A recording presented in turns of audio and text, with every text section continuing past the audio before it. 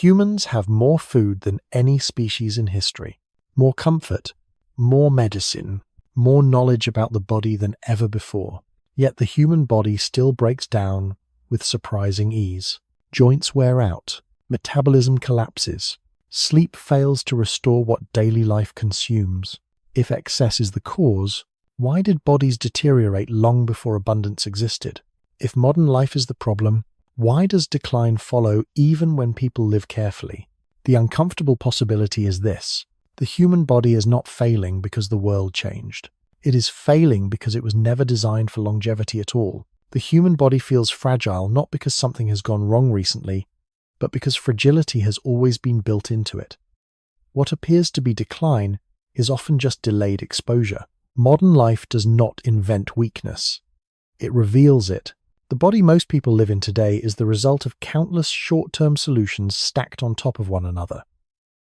Each solution solved an immediate survival problem. None were required to remain stable across an entire lifetime. The result is a system that functions impressively for a while, then quietly begins to unravel. Evolution never asked the body to last. It only asked it to work long enough. For most of human history, life was brief. Injury, infection, and starvation removed individuals long before slow structural failures became visible. Under those conditions, a body that performed well for a few decades was more than sufficient. There was no evolutionary advantage to refining joints that would still function perfectly at 80, or organs that could maintain peak efficiency indefinitely. This explains why the body often begins to fail even when no obvious mistake has been made. Decline does not require abuse. It requires time. And time exposes compromises that were always present. The skeleton is a clear example. Human bones are strong relative to body weight, but they are not reinforced for permanence. They remodel constantly, trading density for flexibility, strength for lightness. This balance works well early in life, when speed and endurance matter most. Over time, however, microscopic losses accumulate. The structure weakens not because of neglect, but because it was never optimized to resist decades of repetitive stress. The same logic applies to joints. They allow remarkable mobility, but rely on soft tissues that degrade with use. Cartilage has limited capacity for regeneration. Once worn, it is replaced imperfectly, if at all. Pain is not a malfunction. It is the signal of a system reaching the edge of what it was designed to tolerate. These failures are not random. They are predictable outcomes of a temporary design. Internal systems follow the same pattern. Metabolism evolved to prioritize energy storage, not balance. In an environment where food was unpredictable, storing excess calories increased survival. Precision was unnecessary. Efficiency mattered more than long-term regulation. In a modern environment of constant availability, this same system strains under conditions it was never shaped to handle. When energy intake exceeds what the system expects, regulatory mechanisms begin to distort. Hormonal signals lose clarity. Storage expands beyond safe limits. Inflammation increases. These effects are often blamed on behavior, but behavior alone does not explain why the system responds so poorly. The deeper cause is structural mismatch. Again, the body is not malfunctioning. It is operating exactly as designed, just in the wrong context. The immune system reveals another layer of the same problem. It evolved to respond aggressively to threats, because hesitation carried lethal consequences. Overreaction was safer than precision. In a short lifespan, this strategy saved lives. Over decades, however, constant activation damages tissues, increases error, and turns defense into self-attack. Autoimmune conditions and chronic inflammation are not modern inventions. They are long-term costs of a system that was never required to maintain balance indefinitely. Repair mechanisms offer no escape from this pattern. Healing is effective but imperfect. Tissues are replaced with substitutes rather than originals. Cellular replication introduces small errors that accumulate slowly. Each repair restores function, but rarely restores the system to its previous state. Over time, the body becomes a collection of patches rather than a cohesive whole. This gradual degradation is often labeled as aging. But aging is not a single process. It is the visible outcome of a body that was never meant to preserve itself forever. Decline is not an enemy invading the system. It is the system revealing its limits. Lifestyle choices can reduce stress on this architecture, but they cannot redesign it. Exercise strengthens muscles, but joints still wear. Nutrition supports function, but metabolism still slows. Sleep restores some damage, but never all of it. These interventions delay breakdown. They do not prevent it. This returns the focus to the central question. The human body breaks down easily, not because people live incorrectly, but because the body itself is temporary by nature. It was assembled for survival, not longevity. Modern life simply allows people to live long enough to experience the consequences. The breakdown feels sudden only because it was postponed. And once this is understood, the fragility of the human body no longer feels mysterious. It feels inevitable. The sense of inevitability deepens when the nervous system is examined, because it reveals how deeply short-term survival shaped everything else. The brain and nerves evolved to prioritize immediate response over long-term preservation. Speed mattered more than efficiency. Alertness mattered more than recovery. A nervous system that hesitated died. A nervous system that stayed active survived, even if that activity slowly damaged the body hosting it. This is why stress feels so destructive over time. Stress is not a malfunction. It is the nervous system doing exactly what it evolved to do. Mobilize resources quickly, repeatedly, and without concern for cumulative cost. In a short life filled with acute danger, this made sense. In a long life filled with constant low-level stimulation, the same mechanism never fully disengages. Hormones remain elevated, muscles stay tense. Sleep becomes shallow, repair processes lose priority.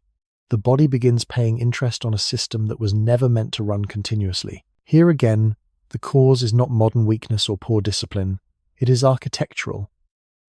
The nervous system was never designed to operate calmly for decades. It was designed to spike, resolve, and reset. When reset never fully happens, breakdown accelerates. This explains why sleep, despite its importance, cannot fully reverse decline. Sleep evolved as a maintenance window, not a full restoration cycle. It reduces damage. It does not erase it. During sleep, the body reallocates limited resources to essential repair, but those resources are finite. When damage accumulates faster than it can be corrected, sleep becomes insufficient. The system remains behind, night after night, quietly losing ground. This returns again to the core question. Why does the body break down so easily? Because every major system was tuned to operate under scarcity, danger, and brevity. None were optimized for prolonged balance. Even the way cells divide reflects this limitation. Cellular replication prioritizes speed over perfection. Errors are tolerated as long as they do not interfere with immediate function. Over time, those errors accumulate. DNA damage increases. Cellular communication weakens. Some cells stop dividing entirely. Others divide uncontrollably. This is not a sudden failure. It is the predictable outcome of a process that values continuation over accuracy. If the body had been designed to last, redundancy would be greater. But those features require energy, time, and evolutionary pressure that never existed. They were unnecessary in a world where few lived long enough to benefit from them. This is why comparing humans to other animals can be misleading. Some species appear to age more slowly or regenerate more effectively, but they evolved under different constraints. Their environments rewarded longevity or regeneration in ways the human environment never did. Humans evolved for flexibility, intelligence, and adaptability, not durability. Those traits came with costs that only become visible when life extends beyond its original design window. Modern medicine often gives the impression that decline is optional, that with enough intervention the body can be maintained indefinitely. But most medical advances work by compensating for failure, not preventing it. They support systems that are already faltering. They extend function. They do not change the underlying design. The body continues to age, only more slowly, and often with greater complexity of failure. This is why interventions accumulate rather than replace one another. Medications stack, treatments multiply. Each one addresses a specific weakness, but none eliminate the pattern. The body remains a system of compromises held together by external support. At this point, the central idea becomes difficult to avoid. The human body does not break down because it is poorly cared for. It breaks down because it is honest about what it is. A temporary structure optimized for a different era, now stretched far beyond the conditions it was shaped to endure. When people feel betrayed by their bodies, what they are often experiencing is not malfunction, but revelation. The revelation that comfort does not equal compatibility. That longevity exposes limits rather than erasing them. That survival and durability are not the same goal. Every ache, every loss of resilience, every gradual decline traces back to this single origin. A body assembled for immediacy, now asked to persist. A system designed to respond, now forced to maintain. A structure that worked remarkably well, just not forever. And once that is understood, the question shifts again. Not how to stop the body from breaking down, but how long it can be held together before its original design finally asserts itself. That tension between temporary architecture and extended lifespan is where the rest of this story unfolds. That tension becomes most visible when the body is forced to maintain balance rather than respond to crisis. Balance was never the primary objective. Survival was. The systems that keep the body alive were built to handle extremes, not to hover gently within narrow limits, year after year. When extremes disappear and stability becomes the goal, hormonal regulation illustrates this clearly. Hormones evolved to surge, trigger action, and then fade. They were signals for urgency, not for steady management. In a long, stable life, these surges happen too often and resolve too slowly. Over time, signaling becomes noisy. Feedback loops lose precision.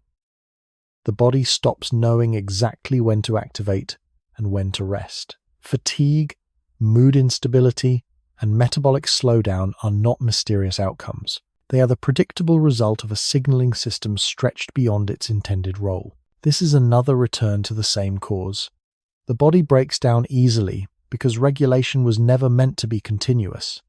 It was meant to be situational. When situations never truly end, regulation turns into strain. The cardiovascular system follows the same logic. The heart is powerful and adaptable, but it was shaped to handle bursts of effort separated by recovery. Over decades of constant demand, even moderate demand, the system remodels itself in ways that reduce flexibility. The heart compensates by working harder. None of this is sudden. It unfolds slowly, invisibly, until symptoms finally appear. What looks like failure late in life is often adaptation that has reached its limit. Again, the cause is not excess or neglect alone, it is duration. The longer the system runs, the more its original trade-offs are exposed. Muscle tissue provides a similar lesson. Muscle adapts quickly to use and disuse, which was advantageous in an unpredictable environment. But this adaptability comes at a cost. Maintaining muscle requires constant signaling and energy. When signals weaken with age and energy allocation shifts, muscle loss accelerates. This is not because the body forgets how to maintain itself. It is because maintaining muscle indefinitely was never a priority encoded into the system. The same applies to connective tissue, tendons, and ligaments. They heal slowly by design. Speed was sacrificed for strength, and regeneration was limited because long-term repair was rarely needed. In a short lifespan, slow healing was acceptable. In a long one, it becomes a source of chronic limitation. Every time the body is asked to sustain rather than survive, the same weakness appears. It can cope, but it cannot preserve itself perfectly. This perspective changes how decline is understood. Decline is not a cascade of independent failures. It is a single story repeating across different systems. Temporary solutions performing beyond their expected lifespan. Short-term optimizations revealing long-term costs. Even cognition reflects this pattern. The brain prioritizes learning, adaptation, and rapid response. It consumes enormous energy to do so. Over time, maintaining this level of activity becomes harder. Neural repair is limited.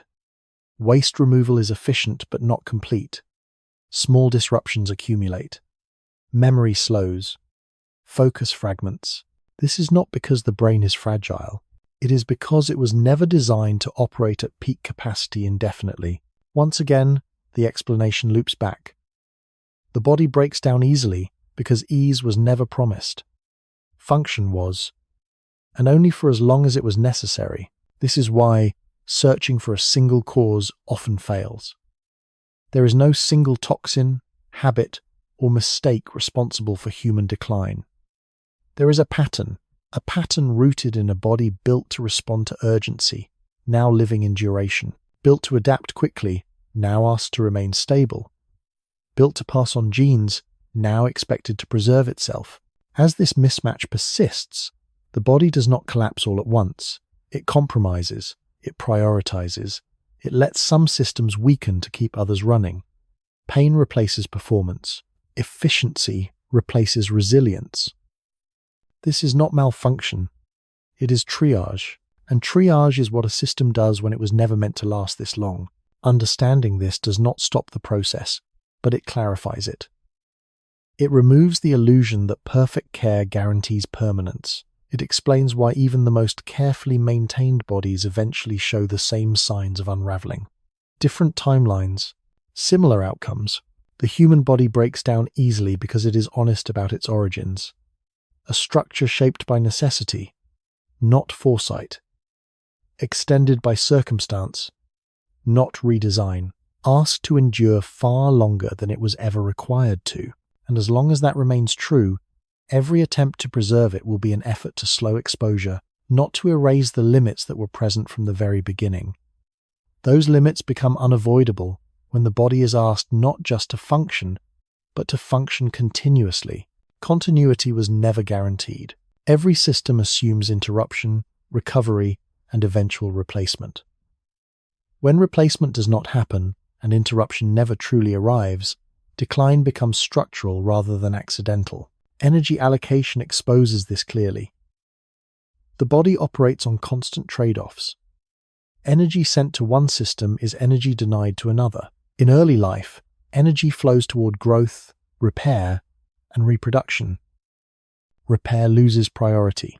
Maintenance becomes selective. Some systems are preserved at the expense of others. This is why decline rarely feels uniform.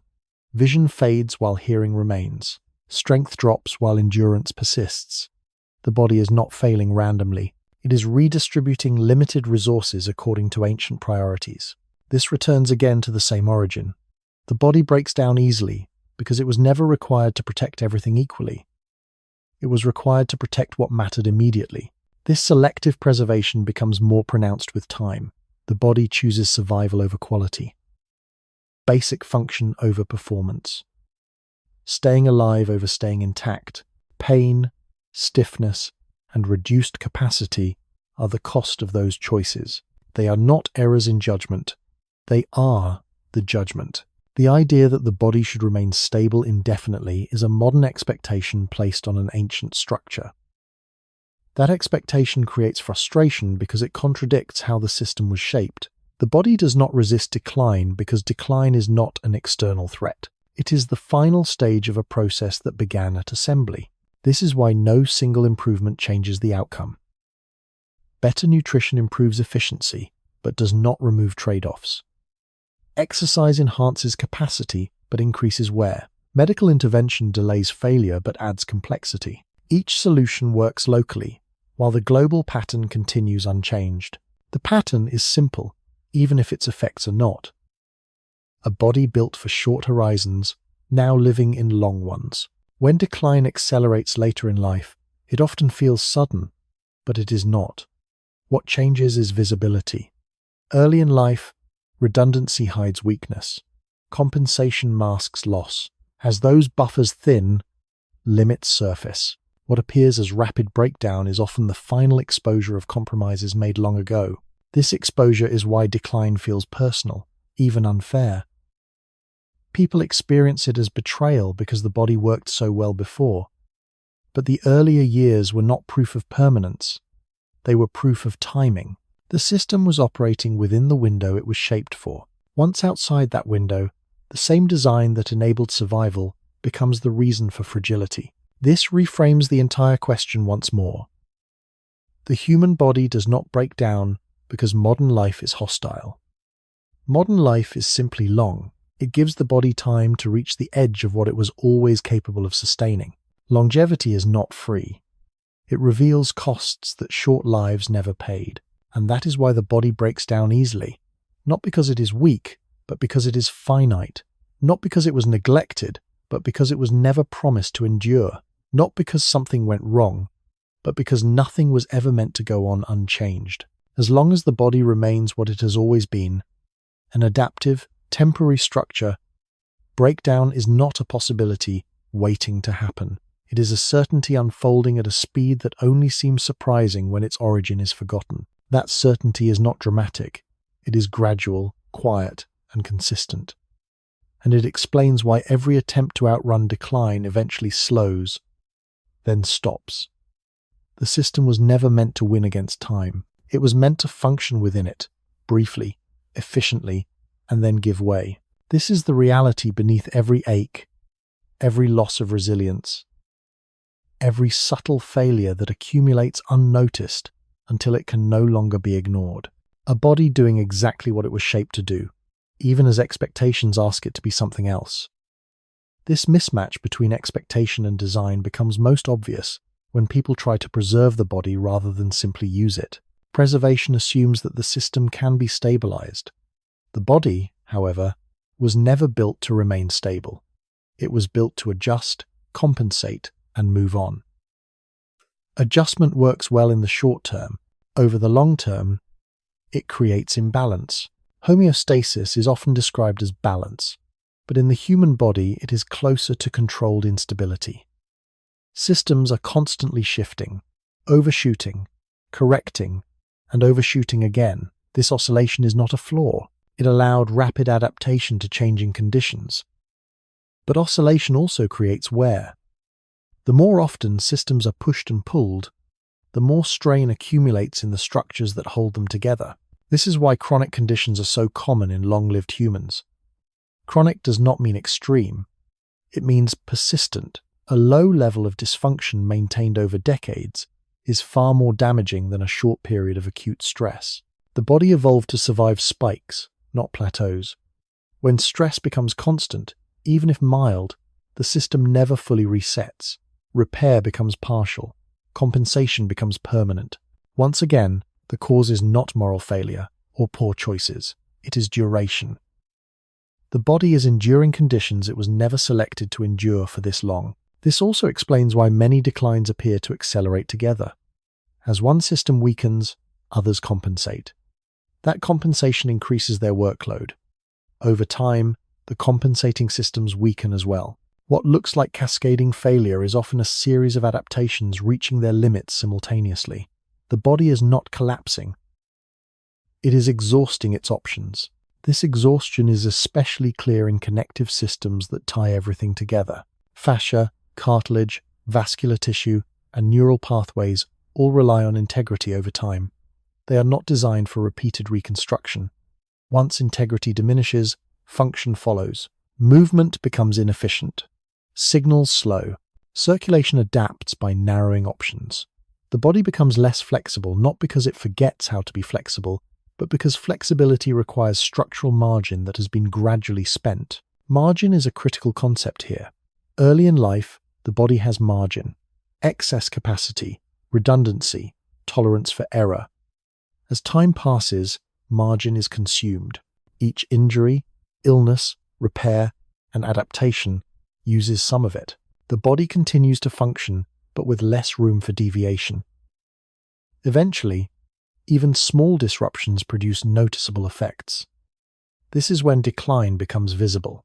This visibility is often misinterpreted as sudden aging. The body kept working by borrowing from the future. Even the sensory systems reveal this pattern. Vision relies on delicate structures that degrade slowly with exposure and use. Hearing depends on cells that do not regenerate once damaged. Touch and proprioception lose precision as neural pathways thin. None of these losses are dramatic at first. They accumulate quietly until clarity fades. The body does not panic. It adapts by simplifying input. Less information, fewer corrections, lower resolution. Simplification is another survival strategy. When complexity becomes too costly, the system reduces it. This keeps basic function intact, but sacrifices richness. Life becomes narrower not because the mind chooses it, but because the body can no longer support the same level of detail. This narrowing is not limited to sensation. It appears in physical capacity, recovery speed, and tolerance for stress. The body becomes conservative. It avoids extremes. It limits output to prevent catastrophic failure. What feels like weakness is often restraint. Restraint is the final stage of a system managing its own decline.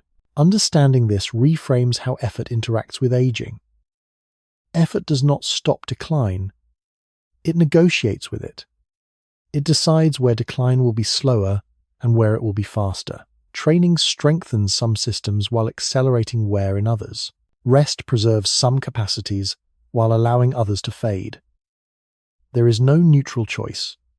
Every choice redistributes decline. This is why different people experience different failures.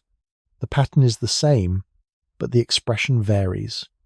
One body sacrifices joints to preserve strength. Another sacrifices endurance to preserve mobility. Another preserves cognition at the cost of physical resilience. The body is not unfair. It is strategic, and strategy implies limits. The idea that decline should be optional is a cultural belief, not a biological one. Biology never promised optionality. It promised sufficiency.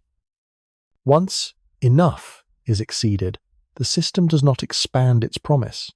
It enforces its boundaries. These boundaries are not cruel. They are consistent. This consistency explains why no era escapes the same outcome. Ancient humans declined quickly. Modern humans decline slowly. But the direction is identical. The timeline stretches. The architecture does not change. Longevity magnifies weakness rather than eliminating it. This brings the focus back, once more, to the central question. Why does the human body break down so easily? Because ease is relative to expectation. Compared to what the body was built for, it lasts remarkably long. Compared to what modern life demands, it is fragile. The body is caught between two worlds, one that shaped it and one that extends it. As long as that tension exists, breakdown is not a sign of failure. It is a sign of honesty. The system is revealing what it always was. Temporary, adaptive, and limited, not defective, not lazy, simply finite. And that finitude is not hidden in rare diseases or extreme conditions. It is present in every ordinary ache, every slower recovery, every adaptation that trades quality for continuity. The body does not betray expectations. Expectations betray the body's origins. Once this is understood, the story of decline becomes clearer. It is not a mystery to solve, but a structure to recognize. A structure that explains why preservation always requires effort, why effort never fully succeeds, and why time ultimately exposes what design never intended to conceal. The human body breaks down easily because it was never meant to resist time. It was meant to pass through it. That passage through time becomes most evident when the body is no longer judged by survival, but by comfort. Survival sets a low threshold. Comfort sets a high one. A body that survives pain, limitation, and inefficiency is still a successful biological system. A body expected to remain comfortable, capable, and predictable for decades is being judged by a standard it was never built to meet. This difference explains much of the modern confusion around decline. When discomfort appears, it is interpreted as malfunction. When performance drops, it is seen as failure. But from the body's perspective, these signals are not errors. They are adjustments. They mark a shift from expansion to conservation. The system is not collapsing. It is narrowing its focus to maintain continuity. Continuity, not quality, has always been the priority. This is why pain becomes more common with time. Pain is often described as damage, but more accurately, it is communication. It tells the system where margin has thinned. It signals where structures are operating closer to their limits. In a short life, pain often meant injury or imminent threat.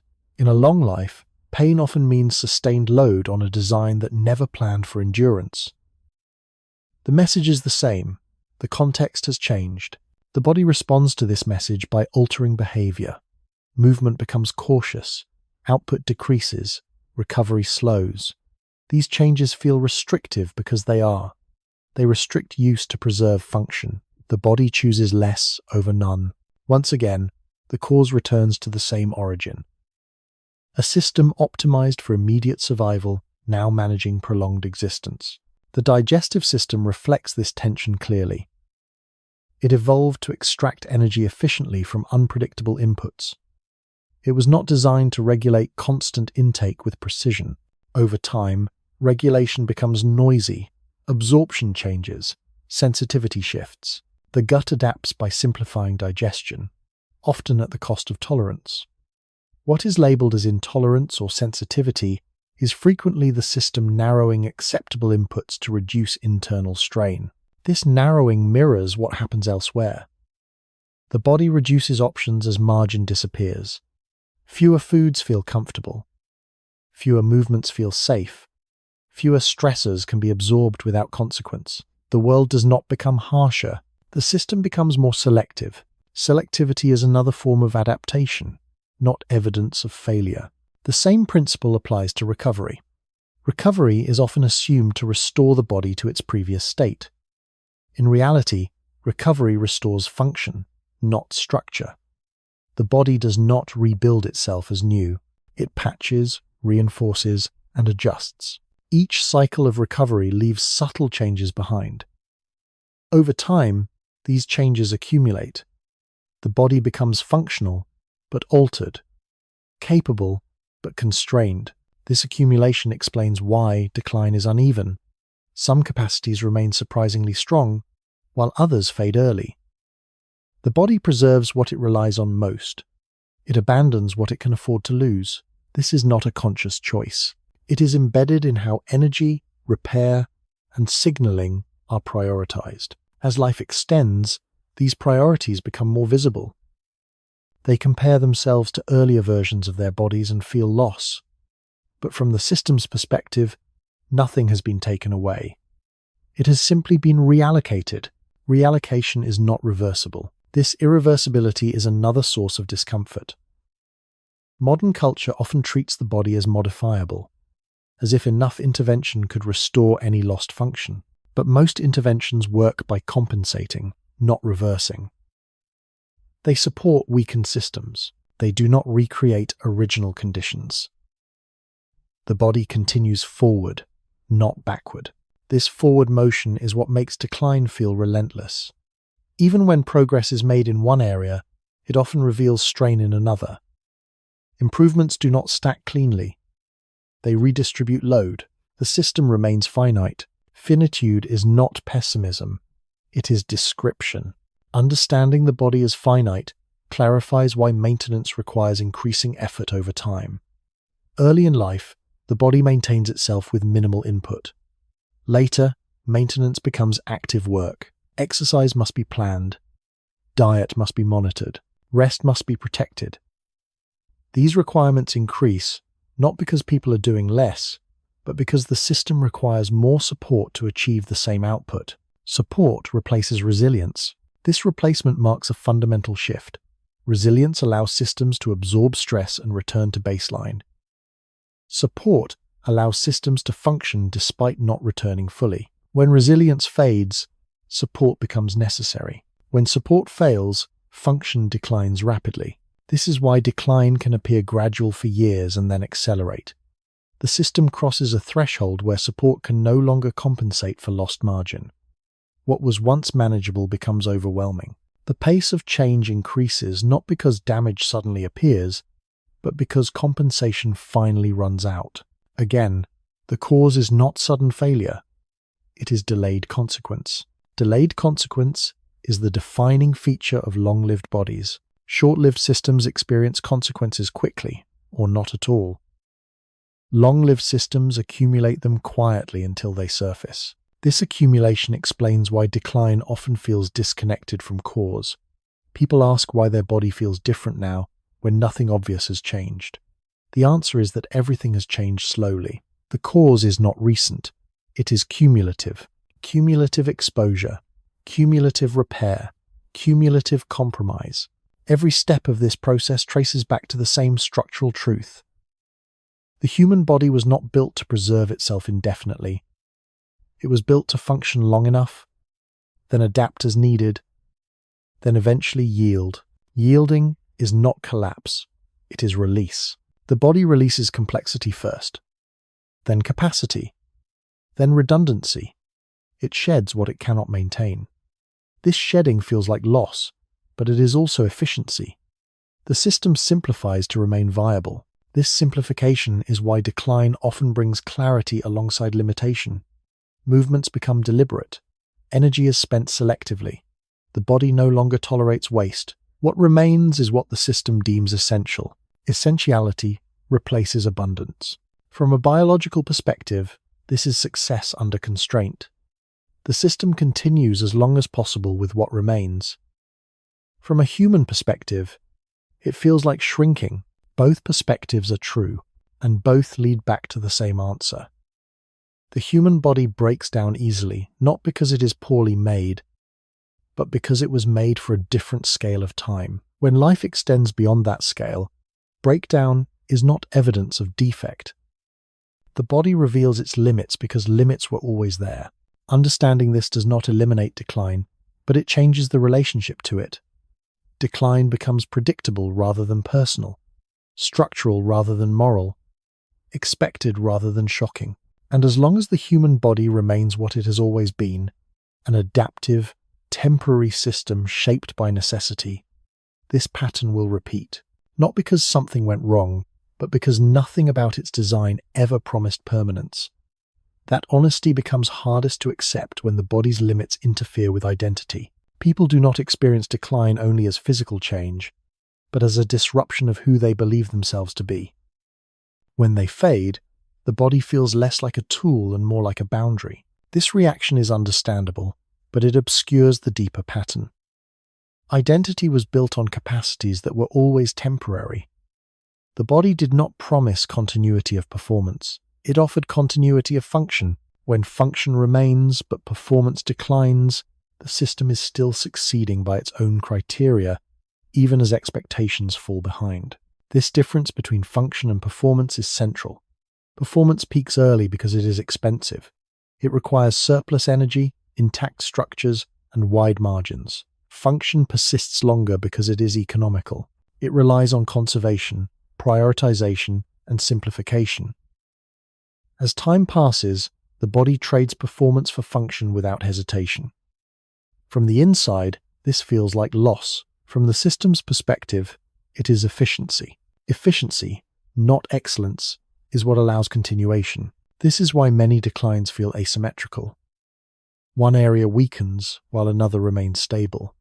One skill fades while another sharpens. The body reallocates resources to what keeps it viable, not to what once defined it. This reallocation can feel arbitrary, but it follows ancient priorities. Maintain circulation, maintain respiration, maintain basic cognition, maintain mobility sufficient for independence. Everything else becomes negotiable. Negotiation is constant. The body negotiates between pain and movement, effort and recovery, clarity and fatigue. These negotiations intensify with time because the terms become stricter. The system no longer has the luxury of excess. Each decision matters more. Each stressor carries greater cost. This cost sensitivity is often mistaken for fragility. In reality, it is a sign that buffers have thinned. Early in life, buffers absorb mistakes. Later, mistakes are felt directly. The body has not become weaker in absolute terms. It has become less insulated. Insulation is another resource that time consumes. The loss of insulation explains why small disruptions feel larger later in life. A missed night of sleep has greater impact. A minor injury takes longer to resolve. A period of stress leaves a deeper mark. The system responds the same way it always has, but without the cushioning that once softened the response. Again, the cause is not recent change. It is accumulated exposure. This accumulation also explains why decline feels non-linear. Long periods of apparent stability are followed by noticeable shifts. The system appears to hold, then suddenly give way. But what gives way is not structure. It is compensation. Once compensation fails, limits surface quickly. This is often the moment when people search for a cause, a diagnosis, a trigger, an explanation that makes the change feel reversible. But the real cause is rarely singular. It is the exhaustion of options. The system has adapted as long as it could. Adaptation, by definition, has an endpoint. The body's ability to adapt is finite because adaptation itself consumes resources. Every adjustment costs energy, complexity, and margin. Early adaptations are cheap. Later ones are expensive. Eventually, the cost exceeds the benefit. At that point, the system stops adapting and starts constraining. Constraint is not failure. It is containment. Containment keeps the system intact by limiting exposure. Movement narrows. Activity becomes selective. Output stabilizes at a lower level. This containment preserves life, but not lifestyle. It ensures continuation. This is where modern expectations clash most strongly with biology. Modern life assumes expansion is always possible. More optimization, more improvement, more control. It assumes trade-offs, ceilings, and eventual limits. When those limits appear, the mismatch becomes personal. People feel they have done something wrong, that they missed a solution. That decline could have been avoided, but avoidance was never guaranteed. Only delay was. Delay has been remarkably successful. Humans live far longer than the bodies they inherited were shaped for. That success, however, comes with consequences. Longevity exposes every compromise that short lives concealed. This exposure is why decline feels like betrayal rather than completion. The body worked long enough for attachment to form. Expectations grew around capacities that were never permanent. When those capacities fade, it feels like loss rather than closure. Yet from the body's perspective, nothing has been taken away prematurely.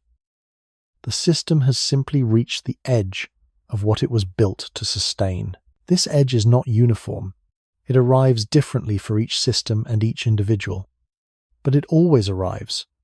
No amount of optimization removes the edge. It only shifts where and how it appears. Understanding this reframes the question one last time. The human body does not break down easily compared to its design. It breaks down easily compared to modern expectation. Those two standards are not aligned. Compared to what evolution required, the body performs extraordinarily well. Compared to what modern life demands, it appears fragile. Both assessments are true, depending on the frame. The body is not outdated. It is unchanged. Modern life extended time without redesigning structure. It asked an ancient system to operate under new rules. The system responded by adapting as far as it could. What remains is not failure, but exposure. Exposure to time. Exposure to accumulation. Exposure to limits that were always present. This exposure explains why the same patterns repeat across cultures, lifestyles, and eras. Different conditions, similar outcomes. The details vary, the structure does not. And that is why the human body breaks down so easily. Not because it is poorly built, but because it is faithfully built to a logic that no longer matches the scale of life it now inhabits. The body has not fallen behind the world. The world has moved beyond the body's original terms. As long as that gap exists, decline will continue to appear as breakdown rather than completion. as disappointment rather than design. But the design has never changed. It has simply been asked to endure far longer than it was ever meant to, and in doing so, it reveals exactly what it has always been: adaptive, temporary, and finite. That finiteness becomes undeniable when the body can no longer hide its compromises behind effort. For much of life, effort masks limitation. Strength compensates for joint wear. Focus compensates for fatigue. Momentum compensates for inefficiency. As long as effort produces results, the illusion of stability holds. When effort begins to cost more than it returns, the illusion dissolves. This is often mistaken for sudden weakness. In reality, it is the point where effort stops being an effective disguise. The underlying structure has not changed abruptly. What has changed is the body's ability to compensate without consequence. Compensation was always temporary.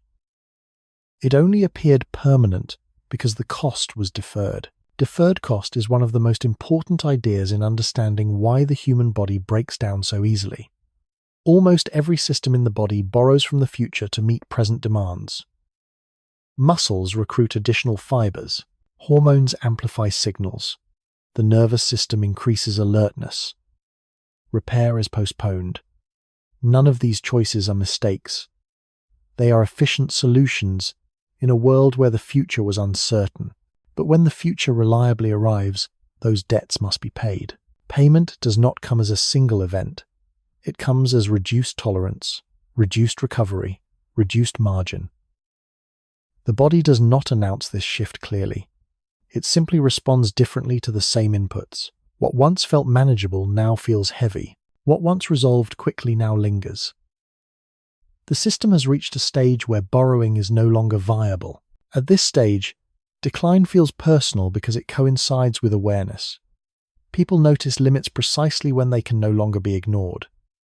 But awareness is not the cause. It is the signal that the system has exhausted its strategies. This exhaustion also explains why decline often provokes control-seeking behavior. People try to optimize sleep, diet, movement, supplementation, routine. These efforts can slow decline, but they cannot reverse the underlying direction. Control operates within the system's limits. It does not redefine them. The belief that perfect control can preserve the body indefinitely is appealing because it implies responsibility and agency. But biology does not operate on fairness. It operates on sufficiency. The body does not ask whether decline is deserved. It responds to accumulated conditions. Accumulation is indifferent to intention. This indifference is why two people can live very differently and still encounter similar forms of breakdown. Everyone is subject to the same architectural constraints. Variation exists within those constraints, not outside them. This is also why decline often persists even when causes are removed. Rest improves fatigue but does not restore lost margin. Reduced stress calms the nervous system but does not undo years of elevated activation. Healing addresses damage but leaves traces behind. The body moves forward, carrying everything it has accumulated. Nothing is erased. It is only reorganized. Reorganization becomes the dominant mode of operation later in life. Systems are rearranged to maintain viability with fewer resources. This process is subtle and continuous. It does not announce itself as failure. It presents as adaptation. Slower pace, narrower range, increased selectivity. Selectivity is essential for survival under constraint. The body chooses what to keep and what to let go. It protects core functions and releases secondary ones. Circulation, respiration, and basic cognition are defended longest. Speed, strength, and resilience are negotiable. Comfort is expendable. This prioritization reveals the body's true values. It values continuity over experience, existence over optimization, staying alive over staying capable. When people resist this process, they often frame it as fighting the body. But the body is not the adversary. It is following its oldest logic. The conflict arises from expectations that were never part of that logic. Modern life trains people to expect continuity of experience, to believe that with enough maintenance, the body should behave like a machine designed for uptime. But the body is not a machine. It is a biological system shaped by uncertainty. Its goal was never uptime. It was persistence under risk. Risk has changed, the body has not. This mismatch explains why decline feels like a problem to solve rather than a process to recognize. Solutions imply endpoints. Processes imply acceptance. Modern culture favors solutions. Biology offers processes. The process of breakdown is not chaotic. It follows a pattern. Each phase reflects the same design, operating under different conditions of time and accumulation. Understanding this pattern does not eliminate discomfort, but it contextualizes it. Pain becomes information rather than anomaly. Fatigue becomes signal rather than flaw. Limitation becomes evidence of prioritization rather than defeat. This context matters because it reframes the central question one final time. The human body does not break down easily because it is fragile. It breaks down predictably because it is honest. Honest about what it was built to do and how long it was built to do it. Ease, in this sense, is not about weakness. It is about transparency. The body does not conceal its limits indefinitely. It reveals them gradually. As time accumulates and options narrow, when those limits become visible, it can feel like loss. But loss implies something was taken away unfairly. What is actually happening is completion. Completion does not mean collapse. It means transition. From expansion to conservation. From performance to preservation. From possibility to sufficiency. This transition is often resisted because it contradicts modern narratives of endless improvement. But resistance does not change the structure. It only adds tension to a process that is already underway. The body continues regardless. It adjusts. It simplifies. It holds on where it must and lets go where it can. It does not ask permission. It does not apologize. And in that persistence, it reveals the final truth beneath the entire discussion. The human body breaks down easily only when judged by expectations it never agreed to. Judged by its own terms, it performs exactly as intended. It survives. It endures long enough. What happens after that was never part of the original plan. What follows after that original plan ends is not chaos, but consistency. The body does not suddenly lose direction. It continues following the same logic that guided it from the beginning. The difference is that the margin for choice narrows until only the most essential paths remain. At that point, decline is no longer subtle. It becomes the dominant signal. This stage is often described as the body giving up, but that language is misleading. The body is not surrendering. It is conserving. Conservation is the final strategy of a system that has exhausted expansion. When expansion is no longer possible, preservation becomes selective and strict. Selective preservation explains why energy feels scarce later in life. Energy production has not vanished, but its distribution has changed. Less is allocated to optional functions. More is reserved for baseline operation. Tasks that once felt automatic now require planning and recovery. The body is not weaker. It is more deliberate. Deliberation replaces spontaneity. Spontaneity depends on surplus. It requires the ability to absorb mistakes without consequence. When surplus disappears, every action carries weight.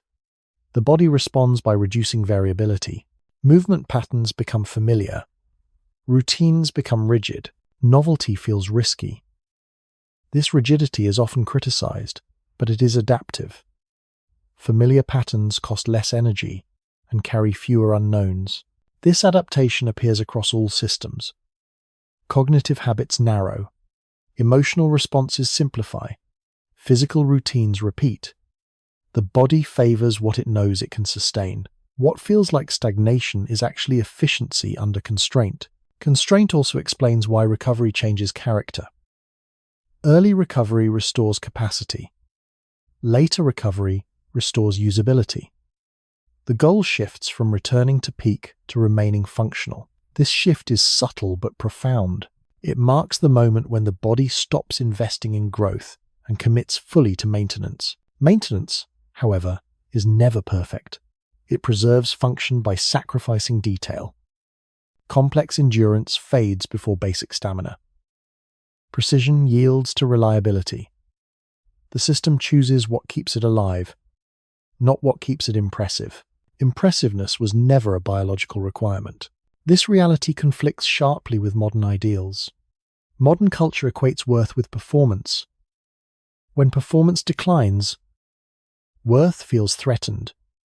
But the body does not operate on worth. It operates on thresholds. As long as thresholds are met, the system continues. Adjustment is constant, but its direction is one way. Once certain capacities are released, they are rarely reclaimed. This irreversibility is not punishment. It is the cost of adaptation. Adaptation optimizes for present conditions, not for restoring the past. This is why nostalgia for earlier bodily states is so common. People remember how their body used to respond and assume that states should be recoverable. But recoverability was never guaranteed. The earlier state existed because conditions allowed it, not because it was permanent. When conditions change, states change. The most difficult aspect of this process is that it lacks clear milestones. There is no single moment when the body officially transitions from resilience to conservation. The shift happens gradually, unevenly, and often without clear markers. People only recognize it in hindsight, when patterns have already settled. This delayed recognition fuels frustration. People feel they missed a chance to intervene. But there was no single intervention point. The process was continuous from the start. Intervention could slow it, shape it, but never stop it. This returns again to the central truth. The human body breaks down easily because breakdown is not an interruption. It follows the same rules that govern development, adaptation, and survival. The only difference is direction. Development adds capacity. Breakdown redistributes it. Redistribution is often misunderstood as loss. But redistribution keeps the system viable when addition is no longer possible. It is the body's way of remaining coherent under time. Coherence matters more than completeness. A coherent system functions. A complete one may not. This is why late-stage decline often feels internally consistent, even when externally limiting. The body settles into a narrower but stable pattern. It resists disruption. It prioritizes predictability. What it loses in range, it gains in reliability. Reliability is survival's final form. From this perspective, the body's breakdown is not a failure of biology, but a fulfillment of it. The system does exactly what it was shaped to do when faced with extended time and accumulated cost. It simplifies. It stabilizes. It persists as long as possible within its constraints. The discomfort arises not from the process itself, but from the expectations placed upon it. Expectations of endless improvement, expectations of control, expectations that a body shaped by scarcity should thrive indefinitely in abundance. Those expectations are understandable, but they are not biological. Biology does not aim for perfection. It aims for continuity. Once continuity is threatened by complexity, complexity is reduced. Once capacity threatens stability, capacity is limited. The body chooses survival over satisfaction every time. This choice is not conscious, it is structural. Understanding this structure dissolves many modern anxieties about decline. It removes the need to assign blame. It reframes symptoms as signals rather than verdicts. It clarifies why even the most disciplined bodies eventually encounter the same narrowing. Discipline changes the path, not the destination. The destination was always implied by the design, a design optimized for response, not endurance, for adaptability, not permanence, for enough time, not all time. The human body breaks down easily because it is not built to resist time. It is built to move through it efficiently, then yield when efficiency no longer serves. Yielding is not defeat. It is completion of function. This completion does not negate the value of the body's earlier performance. It confirms it. The body carried out its task remarkably well. It adapted. It survived. It allowed continuity of life beyond itself. What comes after is not error. It is aftermath. And when viewed this way, the entire arc of bodily decline aligns with the same principle that shaped its beginning. A system doing exactly what it was built to do, even when the outcome no longer matches modern hopes. The body does not promise more than it can deliver. It delivers exactly what it was designed for, and no more. That aftermath is often misunderstood as decline without purpose. But biology does not operate without purpose. Purpose simply changes when expansion is no longer efficient. Early in life, purpose is accumulation. Muscle, skill, resilience, adaptability. Later, purpose becomes filtration, deciding what remains essential and what can be released without threatening survival. This filtration process explains why the body seems to simplify with time. Complexity is expensive. It requires coordination, repair, and constant adjustment. When resources tighten, complexity becomes a liability. The body responds by reducing degrees of freedom. Movements become more economical. Patterns repeat. Variability decreases. This is not stagnation, it is cost control. Cost control is the dominant theme of late biological life. Every system participates in it.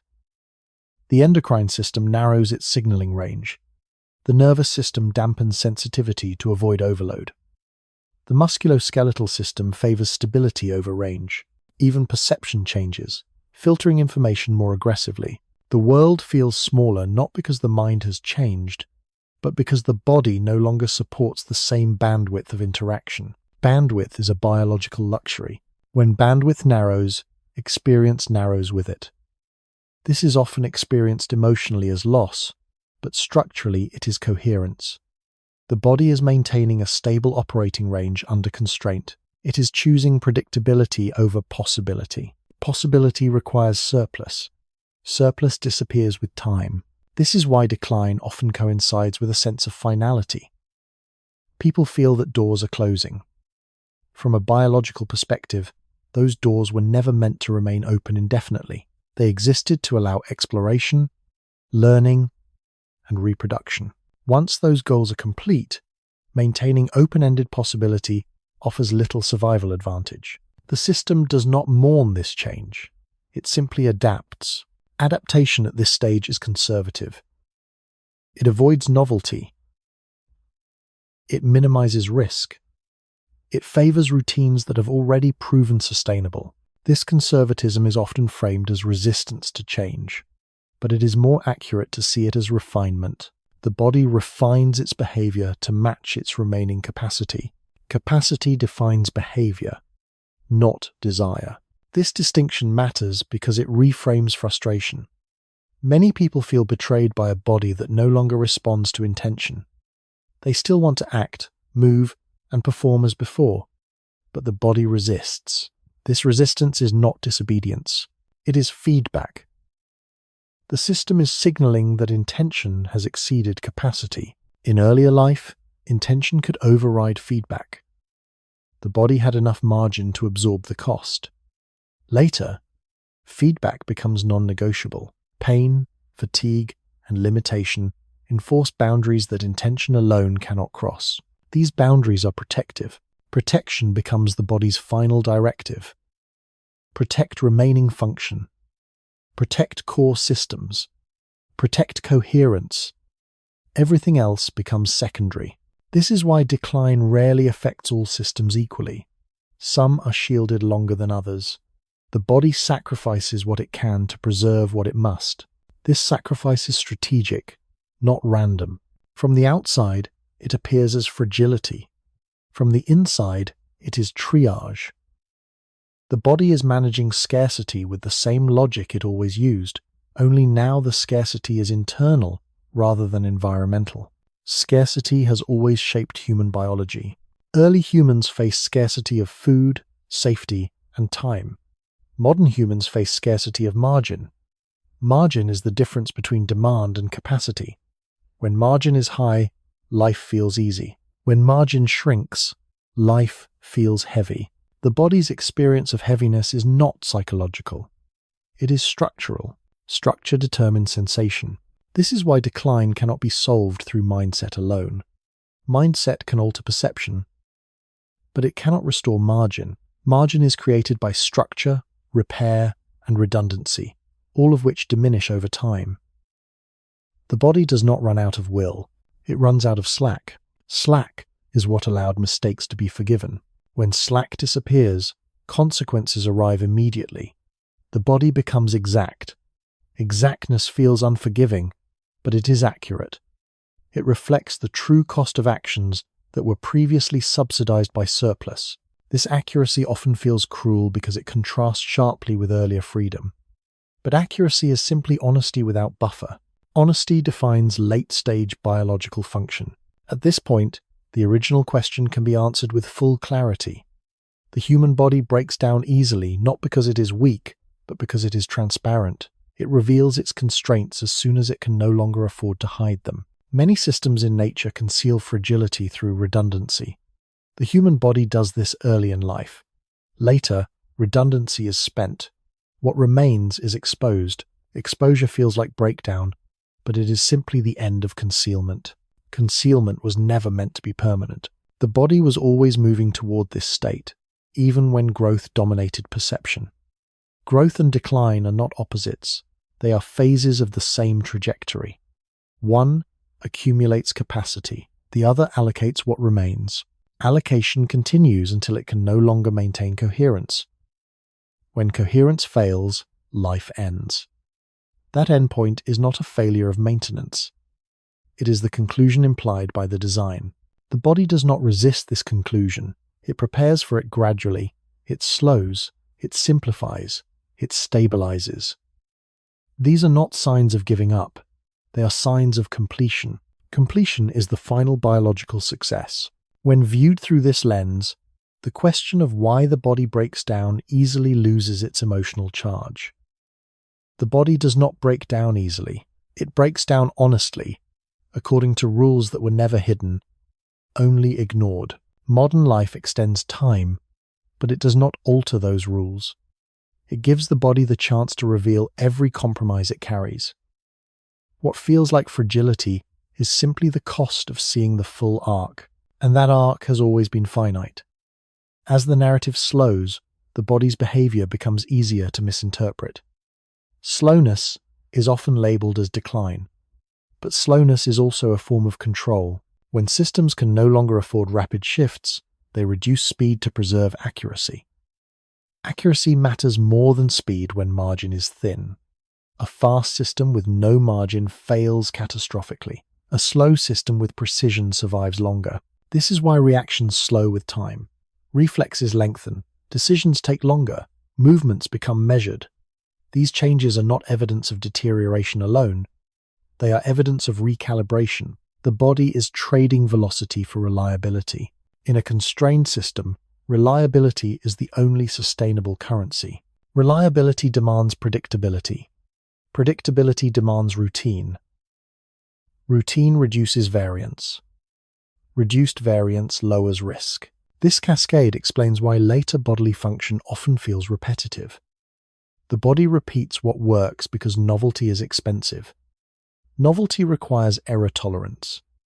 Error tolerance requires margin. When margin is gone, novelty becomes threat. Threat detection becomes conservative. The nervous system flags more inputs as costly. Sensitivity increases not because the system is fragile, but because it can no longer afford mistakes. What once passed unnoticed now registers as strain. This heightened awareness is often described as hypersensitivity. In reality, it is accounting without buffer. Accounting without buffer feels harsh. This harshness is why decline feels emotionally heavier than earlier effort. Earlier effort was subsidized by resilience. Later effort is paid in full. The body stops offering credit. Every action is settled immediately. Fatigue arrives sooner. Recovery demands more time. The system enforces balance because imbalance is no longer survivable. Balance, at this stage, is narrow. It exists within tight boundaries that cannot be exceeded without consequence. People often describe this as feeling boxed in. That description is accurate. The box is not imposed externally. It is the remaining safe operating space of the system. Operating space shrinks as components wear. Wear is cumulative and irreversible. Replacement is partial. Compensation is finite. These facts do not change with awareness. Awareness only makes them clearer. Clarity, paradoxically, increases as options decrease. This clarity explains why many people report a sharper sense of priority later in life. With fewer resources, the system becomes selective. It cannot support diffuse attention. It concentrates on what matters most to continued function. This concentration is not wisdom bestowed by age. It is biological triage shaping cognition and behavior. Triage operates everywhere. It determines which pains are tolerated and which trigger rest, which efforts are pursued and which are avoided, which relationships are maintained and which fade. The body influences these decisions by altering cost. What becomes too costly is released. Release is not loss in biological terms. It is efficiency. Efficiency ensures survival when abundance is gone. The body learned this rule long before modern life. It applied it to famine, injury, and danger. Now it applies it to time. Time is the final scarcity. As time becomes scarce, the body responds the only way it knows how. It reduces exposure, it limits expenditure, it simplifies structure. These responses feel passive, but they are active strategies. They are the body doing its work under constraint. This is why decline often coincides with an urge to simplify life. Less activity, fewer commitments, narrower focus. This urge is not psychological preference alone. It is physiological alignment. The body is signaling what it can sustain. The mind follows because resisting costs too much. Cost sensitivity defines the late arc of bodily function. Once cost sensitivity dominates, the body's message becomes consistent. Do less, but do it reliably. Move less, but move safely. These are not failures of ambition. They are instructions for continuity. Continuity, again, is the core value. When continuity becomes fragile, the system cannot tolerate excess. Excess becomes threat rather than advantage. This inversion is difficult to accept because modern narratives celebrate excess as opportunity. Biology sees excess as load. When load exceeds capacity, the system responds by reducing intake, output, or both. This response explains why appetite often changes, why tolerance for stimulation drops, why quiet becomes preferable. The body is managing input to match output capacity. It is balancing equations that can no longer tolerate imbalance. Balance is not comfort. Balance is survival. This reframes the emotional experience of decline. What feels like the body withdrawing is the body protecting itself. What feels like narrowing is the body stabilizing. What feels like loss is the body releasing what it cannot carry. Release happens gradually, then decisively. Gradually as margin erodes. Decisively when thresholds are crossed. Thresholds are invisible until crossed. Once crossed, there is no return. The system reorganizes around the new boundary. Boundaries are not punishments. They are definitions. Definitions clarify what is possible. They remove ambiguity.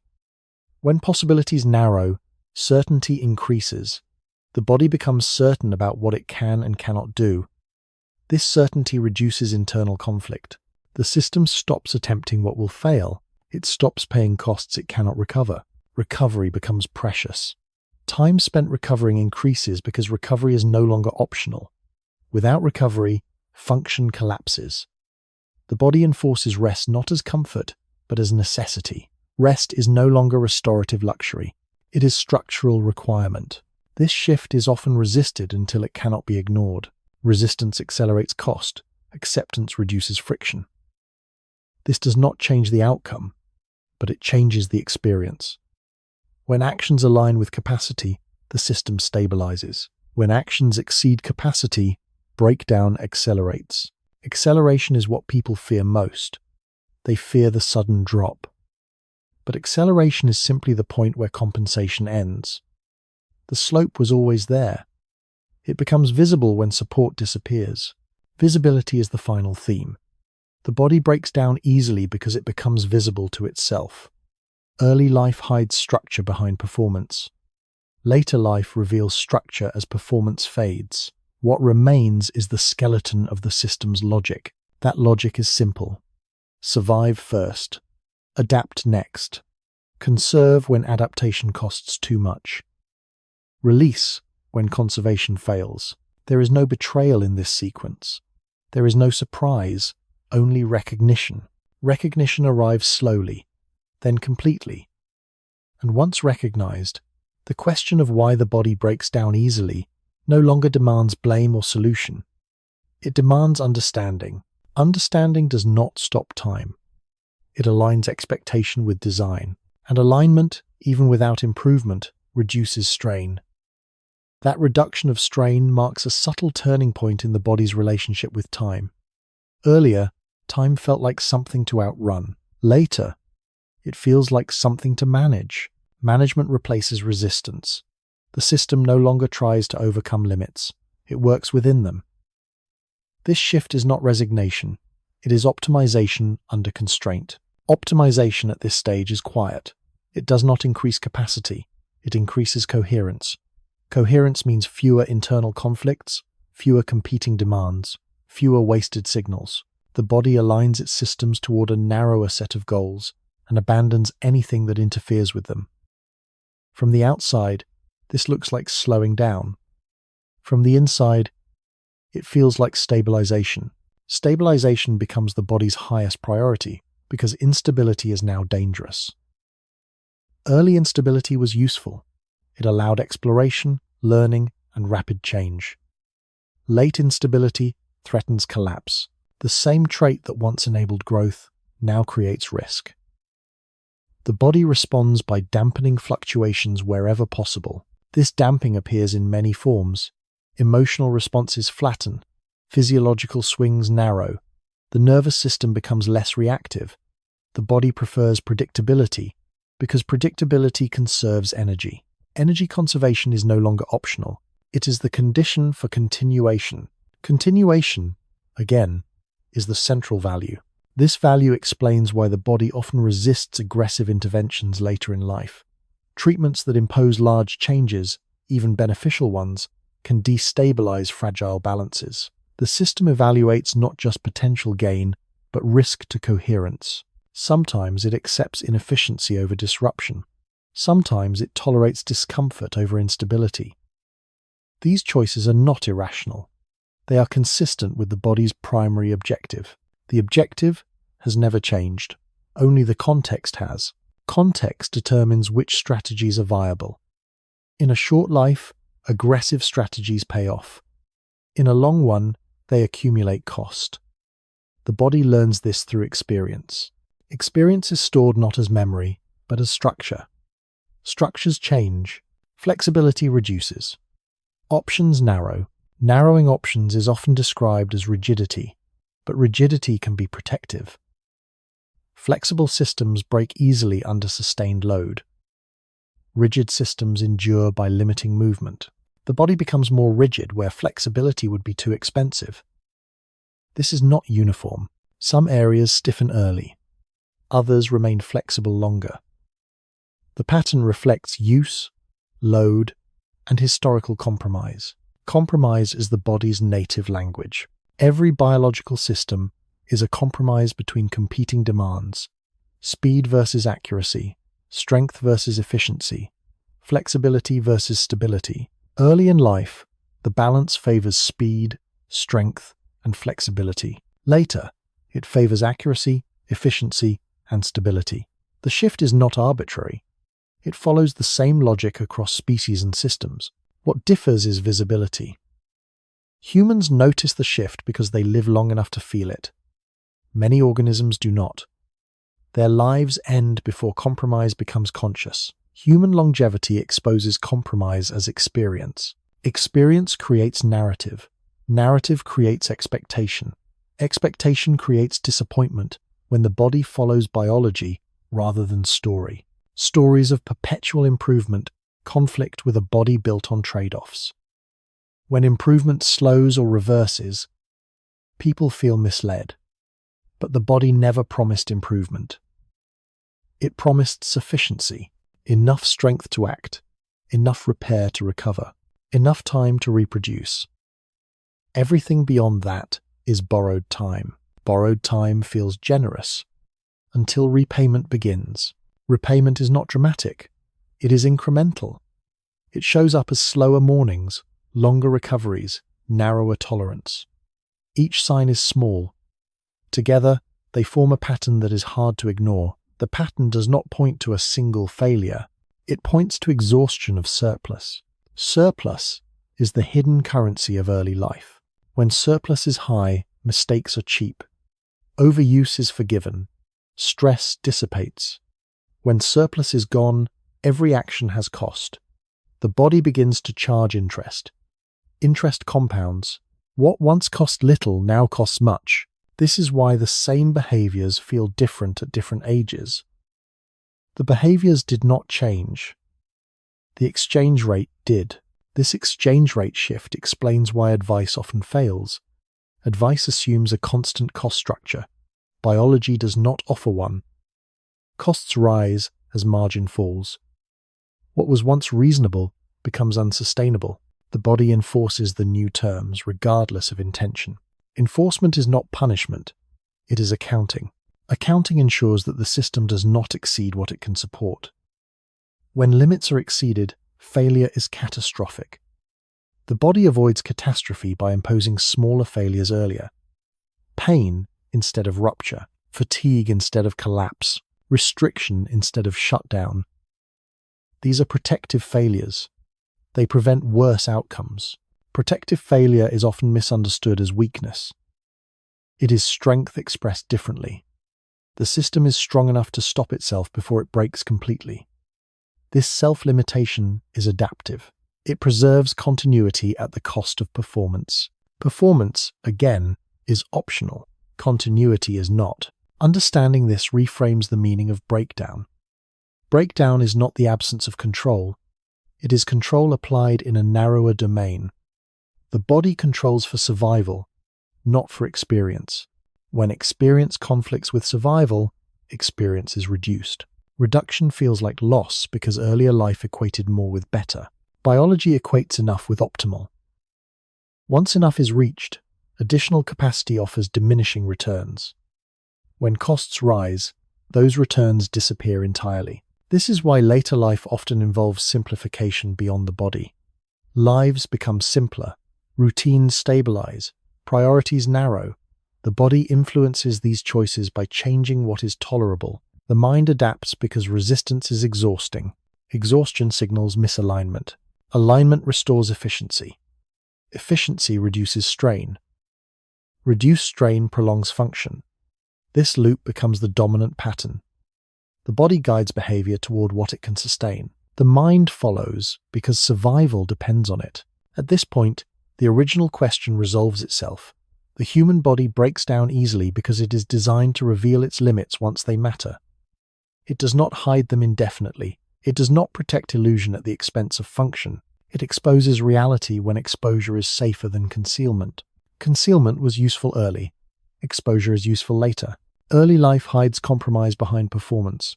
Later life reveals compromise to prevent collapse. Both phases serve the same objective.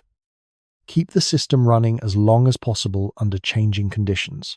This objective has guided every adjustment, every constraint, every narrowing described so far.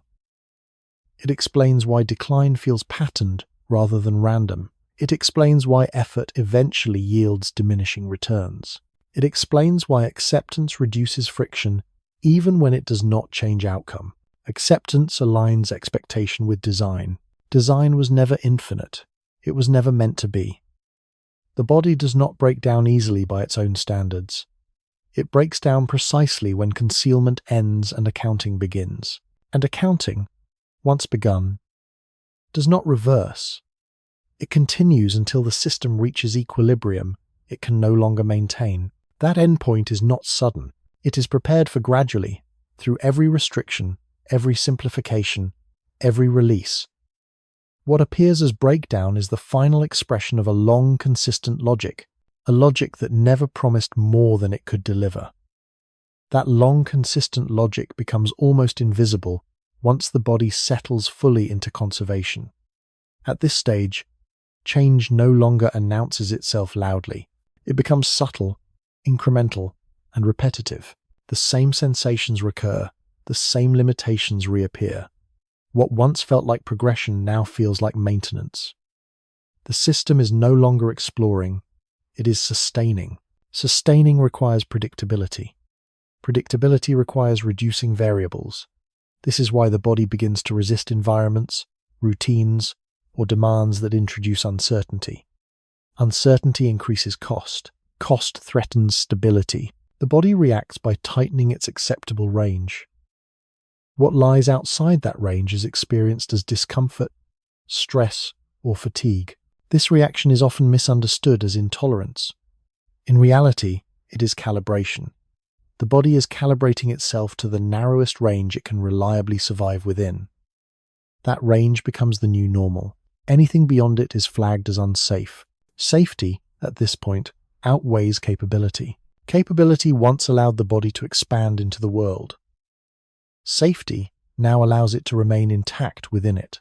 The shift from capability to safety is gradual, but once complete, it defines nearly every bodily response. Movement is chosen for stability, not expression. Effort is measured by recoverability, not achievement. The body stops asking, "Can this be done?" and begins asking, "Can this be sustained?" Sustainability replaces ambition. This replacement explains why the body often appears stubborn later in life. It resists pushing. It resists acceleration. It resists novelty.